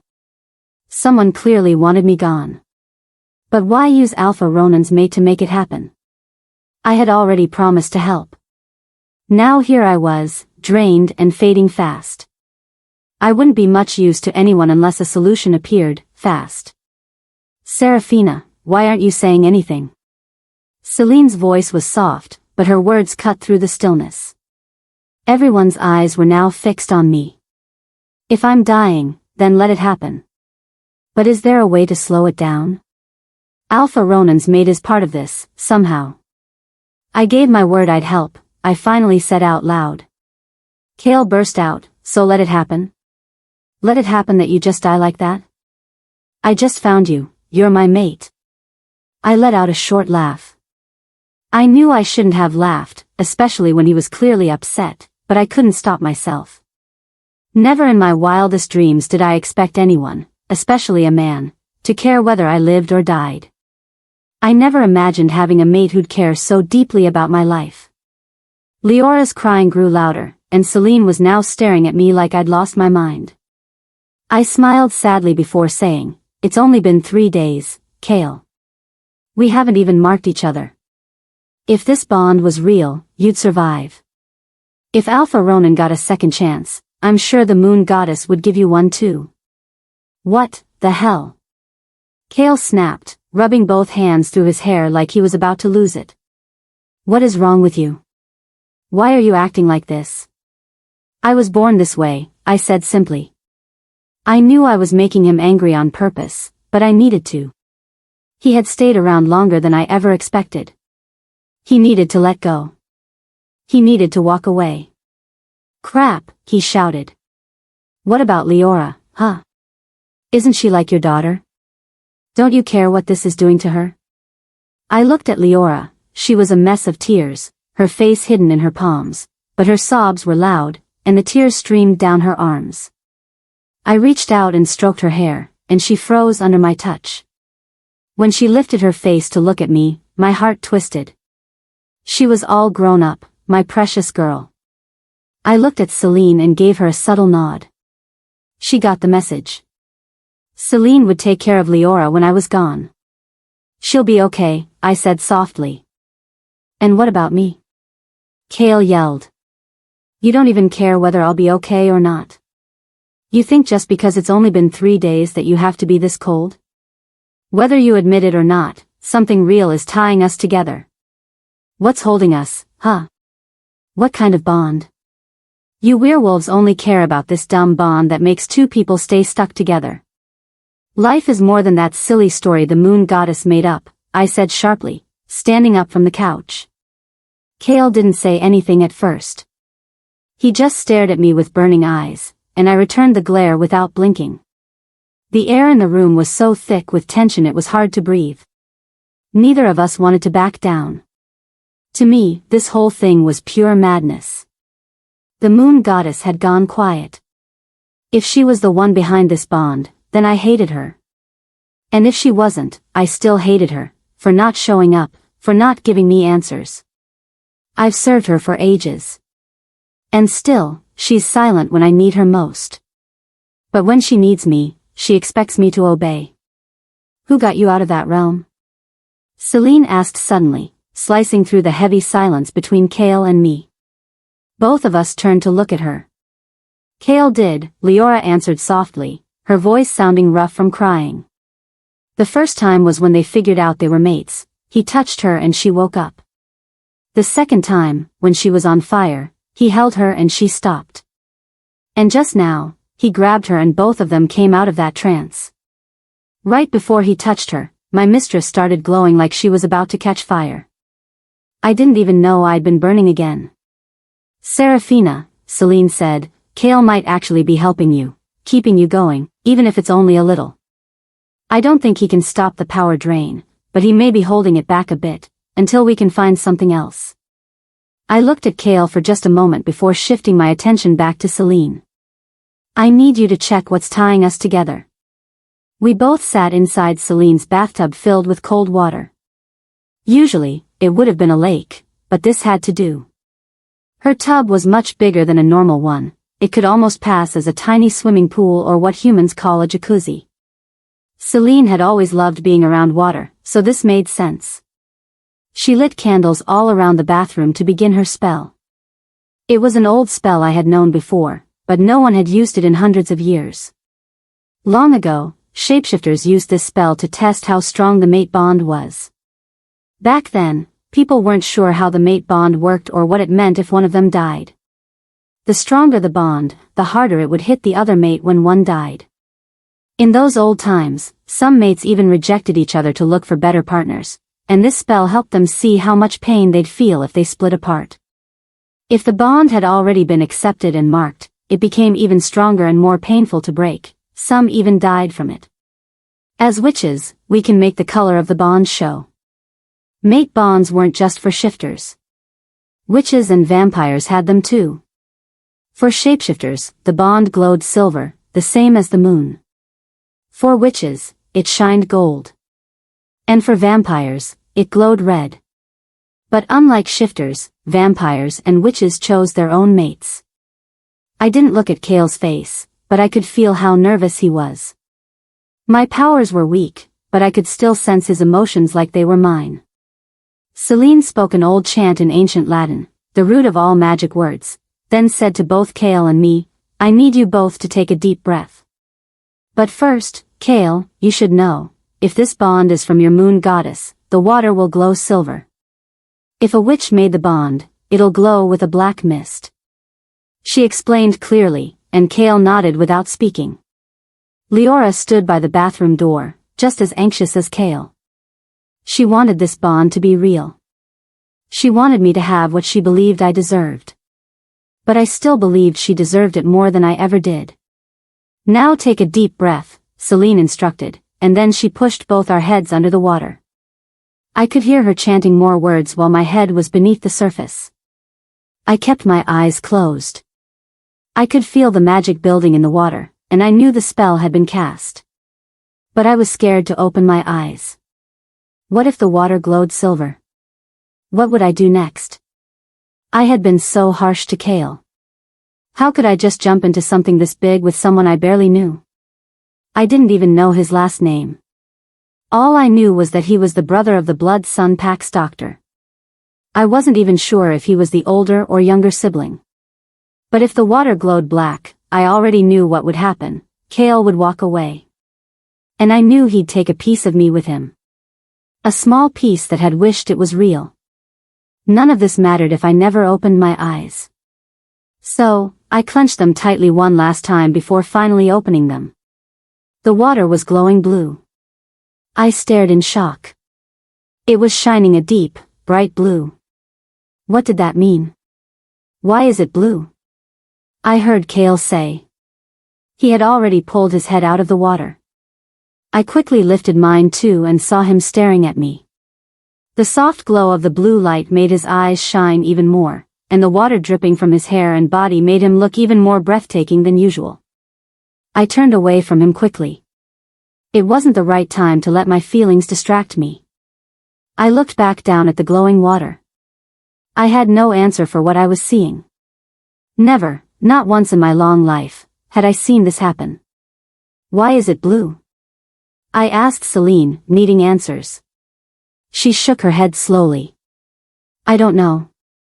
I've never seen this before. I have no idea what it means. But one thing I'm sure of, a witch didn't make this bond. But, I started to speak, but the words froze in my mouth. Everything around me suddenly turned black, and I was back in that terrifying realm. The horrible creature stood right in front of me. Terror rushed through me as my eyes flew wide open. The monster didn't even have eyes, but I felt like it could see right into my soul. I tried to move my body, but I couldn't. It was like I was frozen in place. Why are you doing this? What do you want? I asked, my voice trembling. But the creature said nothing. Instead, it lifted its hand and plunged it into my body. And then, I felt it. It was grabbing at my heart. Not just touching it, pulling. Like it was trying to rip it out of my chest. I watched in horror. The pain was bad, but I held on, until I felt the squeeze. That's when I screamed. Loud and sharp. The pain hit like lightning, and I screamed again, louder, this time in agony. If you're still listening to this story up to this point, why don't you subscribe to this channel to continue getting subsequent interesting daily stories like this? We would be most grateful if you can do that to help boost this video to reach everyone. Thank you. Chapter 10. I felt the bed shift beside me while I was still asleep, and my eyes flew open right away. I had opened them too quickly, and it felt like the sunlight stung them. It took a few moments for my vision to adjust before I noticed the movement had come from Kale, who was lying right next to me. I was completely shocked. Kale and I were sharing the same bed, sleeping side by side. How did that happen? Then, just like that, all the memories rushed back into my mind as if my brain had been waiting for that exact moment to remember. I had fallen into that dark realm again, and once more, Kale had been the one to pull me out. That was the only reason this made sense. I let out a quiet breath full of frustration. It was like we were stuck in this loop, Kale always being the hero and me being the one who needed saving. Except, I used to be the one helping others, not the one needing help. Kale was still sound asleep, although he kept shifting positions every few seconds. Maybe he was having trouble sleeping too. I sat up in bed, and right away, I could feel Kale's heartbeat change. That told me he was awake now, and I knew I had disturbed him. That was quick. "Good morning," I said quietly. "Good morning," he replied, his voice groggy with sleep. He wiped his face and sat up too. He didn't say anything else. I just watched him silently as he picked up his brown boots from the floor on the far side of the bed and grabbed his shirt that was draped over the armchair in the corner of the room. He walked out of the room like he was trying to escape, except I knew better. He wasn't running from the room. He was running from me. I stood there, frozen, watching the door close behind him. It felt like he had shut more than just the door, like he had closed me off completely. And for some reason, that hurt more than I wanted to admit. This was what I had asked for. But now, my heart felt all mixed up. He was clearly upset with me, probably even angry, and I didn't need any magic to figure that out. I had given him plenty of reasons to feel that way. I sat back on the bed, trying to gather my thoughts and rest a little more. That's when I realized where I was. It was the same guest room Seline had offered me the last time I visited her to check on how she was doing. Some things had changed, like the walls. They used to be sky blue, but now they were mint green. The curtains were new too. But the furniture was the same, still old and fancy, just like before. After a few quiet minutes, I got up and went to the bathroom to freshen up. Normally, I didn't spend much time looking at my reflection. But today, I stood there and stared. My skin looked pale, too pale, and there were dark shadows under my eyes. I looked like my soul was being sucked out of my body right along with my magic. I looked terrible. I brushed my teeth using the new toothbrush sitting on the sink. Then I peeled off the clothes I had been wearing, which were the same ones from last night, and stepped into the tub to bathe. As soon as I slid into the water, I felt like I could breathe again. There really was something magical about water. It could heal more than just the body. As I stared at the water, I remembered the blue glow from last night. There had to be a reason for it. I couldn't be the only one. Surely, there had been other half-witch, half-werewolf people like me who had found a mate. But how could I find answers? Where would I even start? When my fingers began to wrinkle from staying in the water too long, I finally stepped out of the tub. I dried off with a towel and left the bathroom, holding my clothes in my hands. I was about to put the same clothes back on when I noticed Leora arranging some clothes on the bed. She turned around when she felt me nearby. "Good morning, mistress," she said gently, smiling a little. But it was a sad smile, like she was trying to hide how scared she was. I wasn't dead yet, but she looked at me like I was going to vanish today. "Good morning, Leora. Did you sleep well?" "It was okay. Seline is a kind host, but I'm still worried about you, mistress. It happened again last night, and I'm okay, Leora," I interrupted softly. Leora had always been emotional, and I knew she cared deeply for me. But what she didn't know was that when she hurt, I hurt even more. She wasn't just anyone. She was my child, the biggest part of my life. "But mistress, if you die, I'm not going to die soon," I said quickly, trying to reassure her. "We'll find a way. And even if we don't, you will live your life, and you will be strong. Just remember, wherever the moon goddess sends me, I will still be watching over you." She sniffed a bit. "Okay, mistress. I'll be strong. These clothes are for you. Seline told me to bring them. She wants you to come join her for breakfast downstairs." "I'll come down soon," I replied, and she looked at me one more time before she quietly walked out. I got dressed in the flowered knee-length dress and the simple sandals Leora had left for me. I had never worn a dress like this before, just like I had never worn the clothes Kale gave me. I carefully folded those other clothes and placed them neatly in the cabinet by the side of the room. Somehow, they had become special to me. They meant something now. When all of this ends, Maybe those clothes would be the only piece I have left that would remind me of Kale. I stepped out of the room and walked to the dining table near the kitchen. Seline and Leora were already sitting down and eating their breakfast. Even Kale was there too.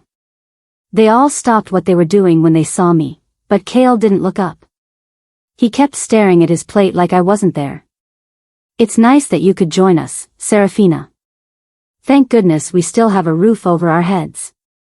Kale helped stop you from burning the house down, Seline said with a big smile on her face. I knew she was teasing, but I wasn't going to let her continue.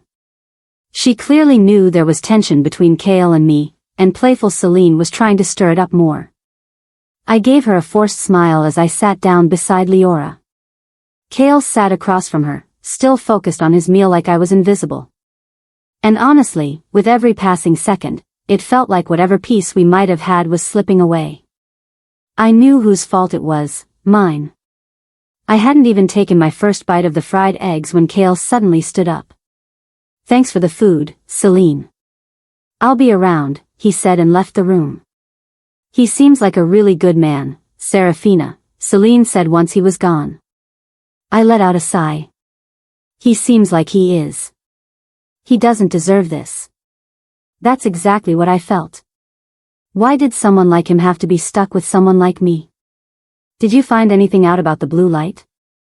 I asked, wanting to get to the point. If we could settle this, maybe Kale could move on and find his true mate. No, nothing yet. I asked a few of my friends from the order, but none of them had answers about a blue glow.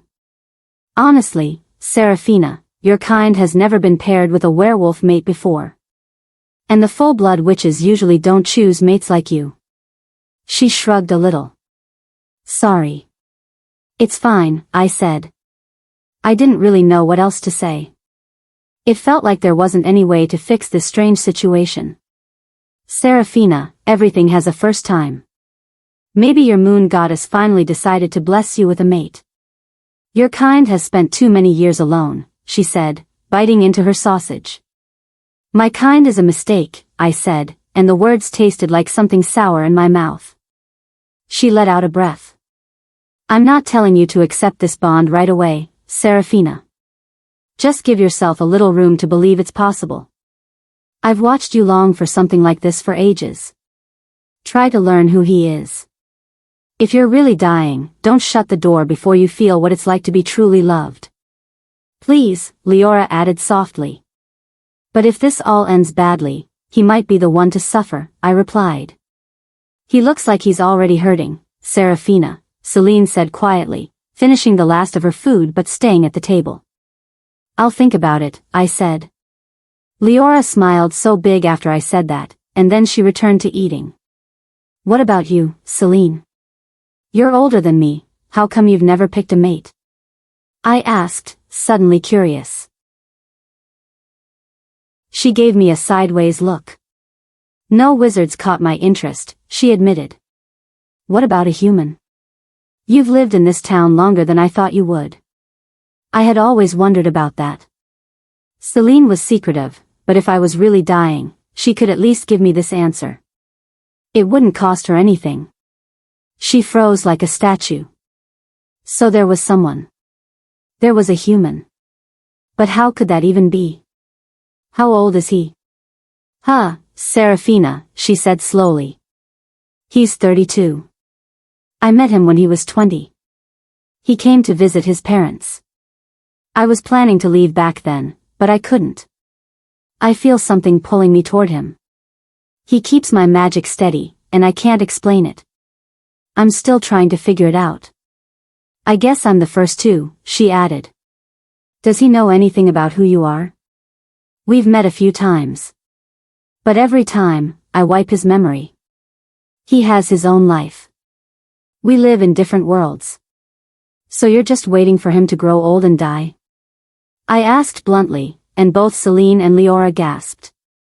You're telling me to open my heart, but you've already locked up yours. Take your own advice, Seline, I said without flinching. She stared at me for a long moment, then let her shoulders drop in defeat. Fine. I will, she finally said. Good, I replied, and went back to eating my food. If you're still listening to this story up to this point, why don't you subscribe to this channel to continue getting subsequent interesting daily stories like this? We would be most grateful if you can do that to help boost this video to reach everyone. Thank you. Chapter 11. I still hadn't spoken properly to Kale, nor had I tried to start a real talk with him that didn't involve me tearing down his hope about us being mates. A whole week had passed, and the only things we had said to each other were dry, good mornings. Then, 5 days ago, we got the news that the Alpha King had died, and apparently, he had already been gone for 3 days before I even found out. Kale was the one who decided to tell me. Even so, knowing earlier wouldn't have changed anything. I couldn't bring someone back from death. I met King Darius once, back when he was about 17. He looked a lot like the king at that time, King Thorn. I had some business with his father, so we didn't talk. We just acknowledged each other. But I still remembered how he looked at me. There was curiosity in his eyes, but fear too. My kind back then was terrifying. People couldn't make sense of what we were. The werewolf world must be in a mess now. Since the king was murdered and the queen had gone missing, things were turning into chaos. I couldn't shake off the feeling that everything happening there was somehow connected to my own problems. For days now, Kale and I had been sleeping beside each other, though with enough space between us to fit another person. It almost felt like we were trying not to fall off the bed. But I hadn't heard any thuds yet. It was Kale who always kept the bigger distance, like I was something contagious he wanted to avoid, but couldn't completely stay away from. Still, we hadn't gotten any answers. Seline had reached out to other people in the order, asking them to help look into the world of the punished witches. But all they found out was that none of them could enter it. Something powerful was stopping them from getting in. And not just that, the world could no longer be destroyed or controlled by the order. We were left with more questions than we started with. The only good thing was that I hadn't fallen into that dark world again, not since the night I fainted in Celine's living room. That same night was also the first time Kale slept beside me. That was why we continued sleeping in the same room. Seline didn't want her home burning down. I wasn't getting my magic back. Or maybe I was, just really slowly. I wasn't sure. Seline had already warned that I might be dying. But was I really going to die? I hadn't even taken time to think deeply about it. Dying used to be something I wished for a long time ago. And now that it might really be near, I didn't even know how to feel. I felt nothing. I often wondered how I still managed to fall asleep at night. I'd lie still for hours, thinking about the dark world and everything happening, but somehow I'd end up asleep. Knowing Kale was beside me made a difference. It didn't make things better or worse, just different. I didn't feel weird with him next to me. It was something I couldn't really explain. I knew Kale wasn't sleeping well either. Most times, I would lie there, listening to his heartbeat after thinking about my worries. And most times, the sound of his heartbeat would lull me to sleep. His heart had become a kind of lullaby to me. That scared me. I was getting too used to it. Too used to him. What would happen when all of this was over, when we got answers, and those answers made him leave? Wouldn't I miss this? Wouldn't I long for it? He would turn into something I came to rely on, something I wished for, but something I couldn't ever keep. That would be sad. And it would hurt. Tonight was another one of those nights. I lay completely still, staring up at the ceiling and the yellow light bulb above me, quietly counting both my heartbeat and Kale's. He was lying next to me, facing the wall, but I knew he wasn't asleep. I had doubts about the whole mate bond idea, but I couldn't deny that Kale had done a lot for me. He had saved me more times than I could count. There was nothing wrong with getting to know him. Even if we weren't true mates, we could still be allies. Maybe even friends. Tell me about yourself, I said softly. I waited a few seconds. Nothing. No reply. I sighed. At least I tried. Maybe he really didn't want to talk. I closed my eyes, ready to drift off. But then, I heard him. His voice was low, almost a whisper, but I heard it. What do you want to ask? I opened my eyes quickly and turned toward him, facing his back, but then he surprised me by turning to face me too. His eyes locked onto mine, and I suddenly felt like I couldn't breathe. I don't know if it's because of the bond between us, but the way Kale looked at me made him seem so unbelievably handsome. What's your name? That was the first thing I could think of, even though my eyes and brain were all caught up in how good-looking he was. My name is Kale Garnet, he said, watching me closely like he was trying to see into my soul and find out all my secrets. I didn't know how this was supposed to go. What was I meant to ask after that? I had never had a moment like this with any man before. Most of the men I met treated me in a formal way. We never shared personal talks. My powers usually told me what I needed to know about them without even asking. I'm 25 years old, he added. My eyes widened in surprise. I started to understand one of the reasons he was trying so hard to hold on to the bond. He had gone so long without finding a mate, kind of like Leora.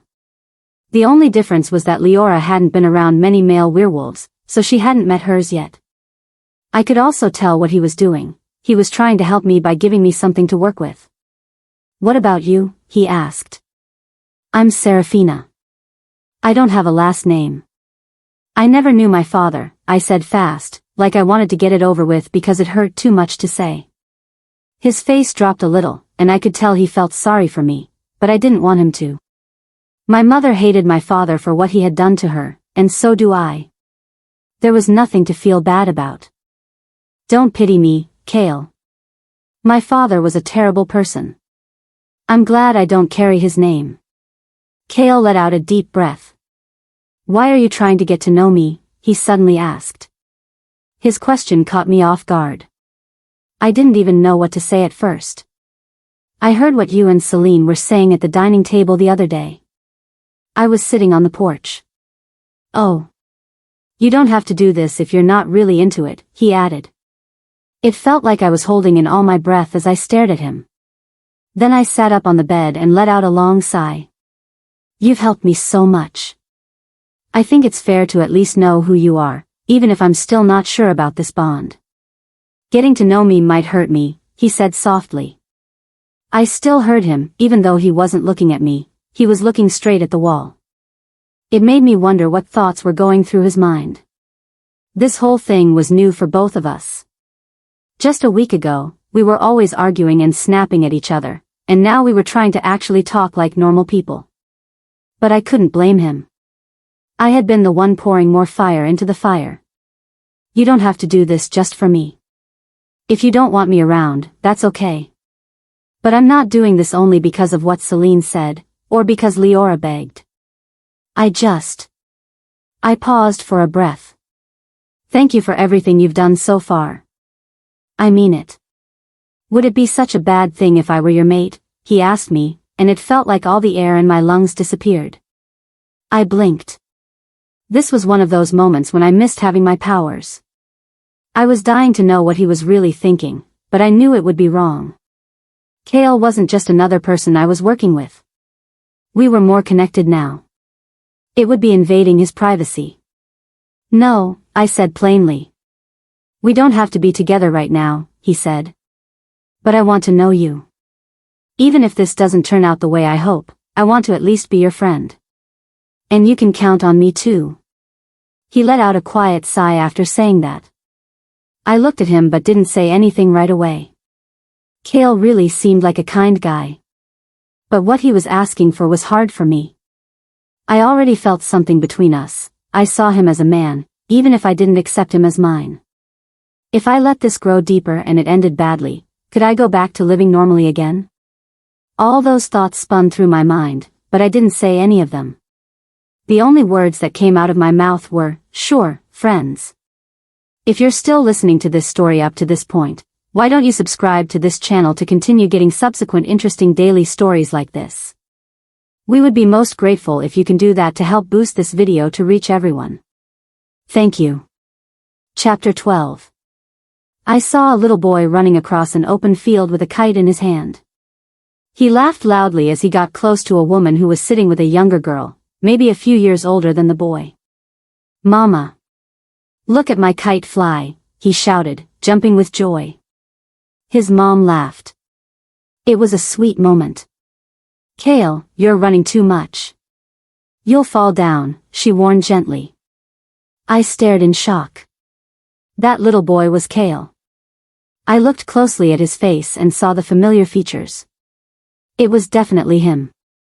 "I'm okay, Mama. I'm strong like Papa.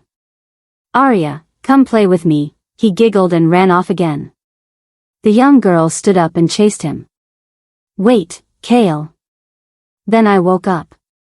My eyes flew open, and I realized it had just been a dream, or more like a vision. Kale was still asleep next to me. I couldn't believe it. My powers had worked. I tried to reach into his memories, even though I knew I shouldn't. I just wanted to see if my magic was coming back. "I'm sorry, Kale." I stretched my hand over his body without touching him, then shut my eyes. I waited for something, anything, but nothing happened. I whispered a few old spells, but still, nothing. I opened my eyes and sighed. I was just about to stop trying when my hand accidentally touched his back. "I'm leaving. I turned 23 last week and I still haven't found her. She's clearly not in this pack or any of the others near us." Kale yelled at a man much older than him as he walked out of a house. The man stood at the door watching him. "You can go to the mating dance. There's one happening this weekend," the man said calmly. "Dad. That would be my 5th one and still nothing. She's not going to those silly events." Kale snapped back. Then a woman walked out of the house too, concern written all over her face. She looked like the mother from my dream, older now, but still very beautiful. "Please, Kale. We're worried," she said, her voice full of sadness. "I'll be okay, Mama. I'll find her and come back with her." He kissed her cheek and walked away. "What are you doing?" Kale's voice snapped me back. "Nothing," I said quickly, pulling my hand back. He narrowed his eyes at me. He could tell I was hiding something. I felt like a scared girl, something I'd never felt before, not even with Leora. "I'll be okay, Mama. I'll find her and come back with her," I repeated the line from the vision. Kale's eyes widened in shock. "How do you know that?" he asked. "I saw it," I said softly. The mate bond really meant something to him. He'd waited so long for it. And then he got stuck with me, a bond that neither of us fully understood. "Oh." His eyes looked sad for a moment before he returned to normal. "So your powers are back?" "Not fully," I replied. He sighed. "Okay. You should go back to sleep. Morning's still far away." He turned around and lay back down. I stared at his back for a while before lying down too. But sleep didn't come. Not even the steady beat of Kale's heart helped this time, and it usually did. The vision stayed stuck in my head. Was I being too hard on him? That thought kept coming back. I kept worrying about the bond being fake, that I forgot Kale was going through this with me too. Even if he found his true mate later, he might still feel guilty for trying so hard with me. Kale was kind. He'd blame himself. I lay there, thinking all these thoughts until I finally drifted off to sleep. Kale wasn't in bed when I woke up. That had never happened since we started sleeping in the same space. I'd gotten used to seeing his face first thing in the morning. It was a peaceful sight. Even if we only shared good mornings, it still mattered. I got out of bed and sat on the floor facing the open window. I meditated for a while. The memory of Kale's life from the vision still lingered. He had loving parents and a happy childhood. I was glad to know that. It made me happy that he didn't suffer growing up. Sadly, now it was the bond with me that was hurting him. Afterward, I cleaned up in the bathroom, got dressed, and went downstairs. As usual, all 3 of them were already seated at the table, laughing and joking. "You're up, mistress," Leora said with a smile when she saw me. I returned her smile and sat beside her. She served me a plate of food, and I mouthed, "Thank you." "My powers are coming back a little," I announced. "Oh, really?" Seline sounded surprised. "That's great news, mistress," Leora said cheerfully. "I thought Kale would have told you both already," I said. Seline gave Kale a quick glance, narrowing her eyes, then turned back to me. "What can you do now?" she asked. "I can see parts of people's past, but only when I touch them." "That's all I know for now," I explained. "I think that dark place has stopped pulling your magic, for now." "But it may not last," Seline said. "The Order still hasn't been able to enter or make contact with that world." "Oh. But there's something else. My sister, Melis, told me a bit about the Blue Bond. It's actually a sad story. You're not the first of your kind to have a bond like the one you have with Kale." I blinked. "Then why haven't I heard about it?" "It's a painful story, and witches avoid talking about it. Isolde was like you, but her mom, Nyria, was the witch, not the werewolf. After her mom died giving birth to her, her mom's family raised her. She later found her mate, but he was an alpha. He called her an abomination and killed her. No one knows what happened to him afterward. He just vanished." Kale stood up right away, a deep frown on his face. "I'm leaving," he said, then walked out. "He's upset about what that alpha did." "He feels ashamed," Seline said softly. "He shouldn't," I replied. "There's good and bad in every being. It's not his fault. My mom was a werewolf, and she was kind." I got up and followed after him. I found Kale sitting quietly on the front porch, staring down the street. I sat beside him. "How can someone feel so pulled towards someone, and still kill them?" he asked bitterly. "People fear what they don't understand," I said with a sad smile. "I don't fear you." "I know," I chuckled. "You stayed. You helped, even when I've been difficult." He laughed too. "I want to see this through to the end. I don't want to regret anything. Your parents raised you well. You had a happy childhood," I said. I was content. "My parents did their best. And that was enough," he replied with a smile. "That's good," I said. If you're still listening to this story up to this point, why don't you subscribe to this channel to continue getting subsequent interesting daily stories like this? We would be most grateful if you can do that to help boost this video to reach everyone. Thank you. Chapter 13. Loud knocks echoed from the front door just before the sun came up. Kale and I sat up quickly in bed. We gave each other a puzzled look before heading out of the room. One thought definitely crossed both our minds: who could it be? Seline and Leora were already standing in the hallway when we stepped out, and together we all walked down the stairs. Kale reached the door first and opened it. A tall, broad man stood there. There were worry lines on his face, and I could instantly tell something was wrong. "Jacob. What are you doing here?" Kale was the first to speak. He seemed to know this man well. I tried to figure out who the stranger was using my powers, but they weren't strong enough.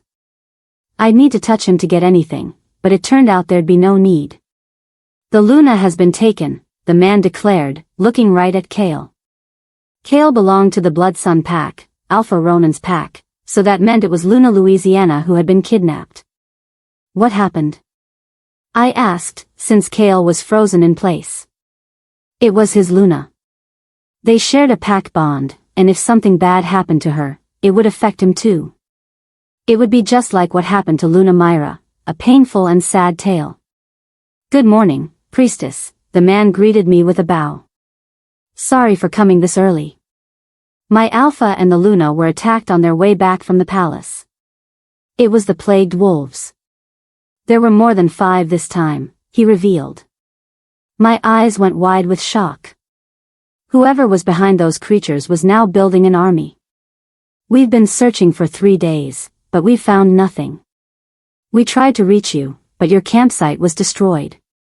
The pack doctor, Arya, told us Kale was with you and gave us this address. That's how I ended up here, he added. I noticed Seline shooting Kale a glare. She wasn't exactly angry, but she definitely wasn't happy he'd shared her home location with werewolves. She didn't hate them, but witches and wolves weren't exactly close.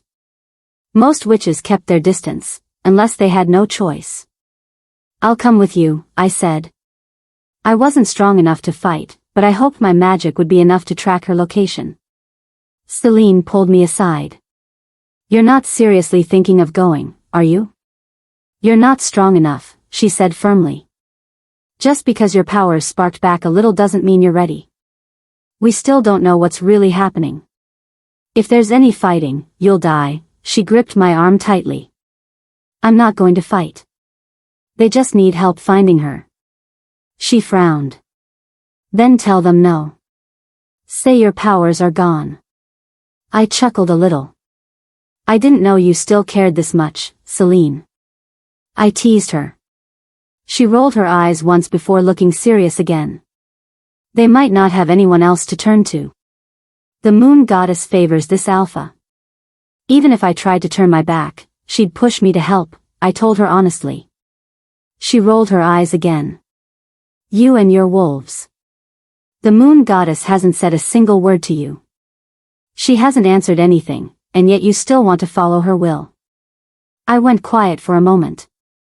She was right. The goddess had been silent, like she'd abandoned me. But I could still feel her somehow, like she was watching me from afar. I hear you, Seline. But I'm still going. There might be answers there. All of this began with that Luna. She sighed loudly. Fine. But I'm going with you. I never planned to step foot in a werewolf pack, but I'll come. Maybe I'll lend you some of my magic while we're there. Thank you, Seline. Your kindness will be rewarded, I smiled at her. She rolled her eyes a third time. The run back was fast. I rode on Kale's back, and after some complaints, Seline ended up riding on Leora's back, though the werewolf who came to fetch us had offered his instead. He finally introduced himself as Garrick. I'm glad you came to help, Alpha Ronan said when we arrived at the front steps of the pack house. He seemed to be waiting for us. He looked exhausted, like he was barely holding himself together. I didn't need magic to understand what he must have been feeling: confusion, fear, and the worry that history might be repeating itself. I'll do what I can to help, I replied. He gave me a quick nod and led me inside the pack house, into his office. What do you need? He asked, clearly eager and anxious. I could feel the pressure weighing down on him. He had been given a second chance at love, and now it might be slipping away. A piece of her clothing or something she owns, I said. He nodded quickly and motioned to his beta, Thorn. Thorn rushed out of the room right away. I heard you and Kale are connected, he said, sounding curious. Even with all that he was dealing with, he still cared about his pack members and their well-being. Yes, I answered quickly. We still don't fully understand what kind of bond we share, but Kale has really helped me a lot. Kale glanced my way, giving me a look I couldn't quite read. I knew exactly what I was doing. No matter what, Kale deserved to be acknowledged. He was the reason I was still alive. Kale has always been a solid man. Committed too, Alpha Ronan said, then shifted his gaze to Seline, raising a brow. Seline had a slight scowl on her face as she looked back at him. She clearly didn't care for werewolves much. Leora and Kale were the only ones she made an exception for. I'm Seline, and I'm here to help, she said with a smug expression. Fine, Alpha Ronan replied through clenched teeth. I could tell the feeling was mutual between the two of them. I was about to properly introduce them when Thorn came back into the room, holding a piece of clothing. He handed it over to Alpha Ronan, who then passed it on to me. I took the dress, stood up, and shut my eyes. I waited. A few seconds passed, but I didn't feel anything. It was hers, yes, but she wasn't bonded to it. It held no connection. Even though my magic was still weak, I should have felt something. But I had to try anyway. Seline, come, I motioned for her. She dragged her feet a bit as she walked over, and I shot her a small glare. She placed her hand on me, and I instantly felt her magic pour into me. I tried again to link myself to Alira, but still nothing. The dress was useless. This won't work, I announced. Ronan looked at me, surprised. We need to go somewhere she's tied to, somewhere I can really feel her energy, I suggested. I don't understand, Ronan said, confused. I sighed, closing my eyes, trying to think of something about her. Ronan looked panicked, but I stayed calm. Alira's life had been hard and painful. Her old Pax dungeon would have deep traces of her magic, but it was also full of agony. Too dark. The meadow. The thought popped into my head. She connected to her wolf there. That's where the bond would be strongest. Take me to the meadow, I said, finally opening my eyes. The meadow looked just like it did in my vision. It was breathtaking. Even Seline stared in awe. I motioned for Seline to follow me, and we both headed to the lake. We stepped into the water. Water had its own special way of connecting people. It would help me reach Luna Alira. I held Celine's hand again and drew on her magic, then began chanting softly. It was already late into the night, and I hoped the Luna was asleep. That was the only way I could reach her, by entering her dream. Only then could I send her a message and learn where she really was. Her resting mind would let me move freely through the vision. Luckily, she was asleep. I entered her dream and carefully shaped it to lead her to the meadow. I watched her walk slowly toward the river and stare down into the water, looking at her reflection. She couldn't sense me just yet. She reached out to touch the water, and that's when I took the chance to show myself. Ronan is looking for you. He doesn't want you to give up on him, I said gently. She smiled at me, her eyes lighting up. Malric is behind everything. He's part wizard. Find Alpha Silas, he knows how to destroy his kind, she replied clearly. Of course, I told her, and then I ended the dream. I had gotten the answer I needed. I broke the connection with Seline, and we both stepped out of the water. Alpha Ronan rushed over to meet us. I placed my hand gently on his temple and sent him the images to guide him, then spoke. Find Alpha Silas first. He has the dagger you need to destroy Malric. Malric? Alpha Ronan looked completely stunned, but so was I, and Malric was like me. We shared the same type of blood, the same background. But he had turned evil. All this time I had been searching for the dagger, and Alpha Silas had it. Yes. He's like me, I revealed. He's the one who took your Luna.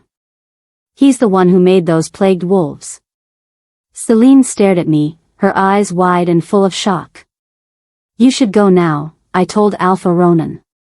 Something felt off. Something had shifted in the air. Thank you, he nodded and left with Thorn. As soon as they were gone, I felt it, and my legs gave out beneath me. I screamed loudly before everything went dark and I passed out. Thank you for watching this video. Subscribe, like and share this video to listen to part 2 of this story, which will be dropping soon.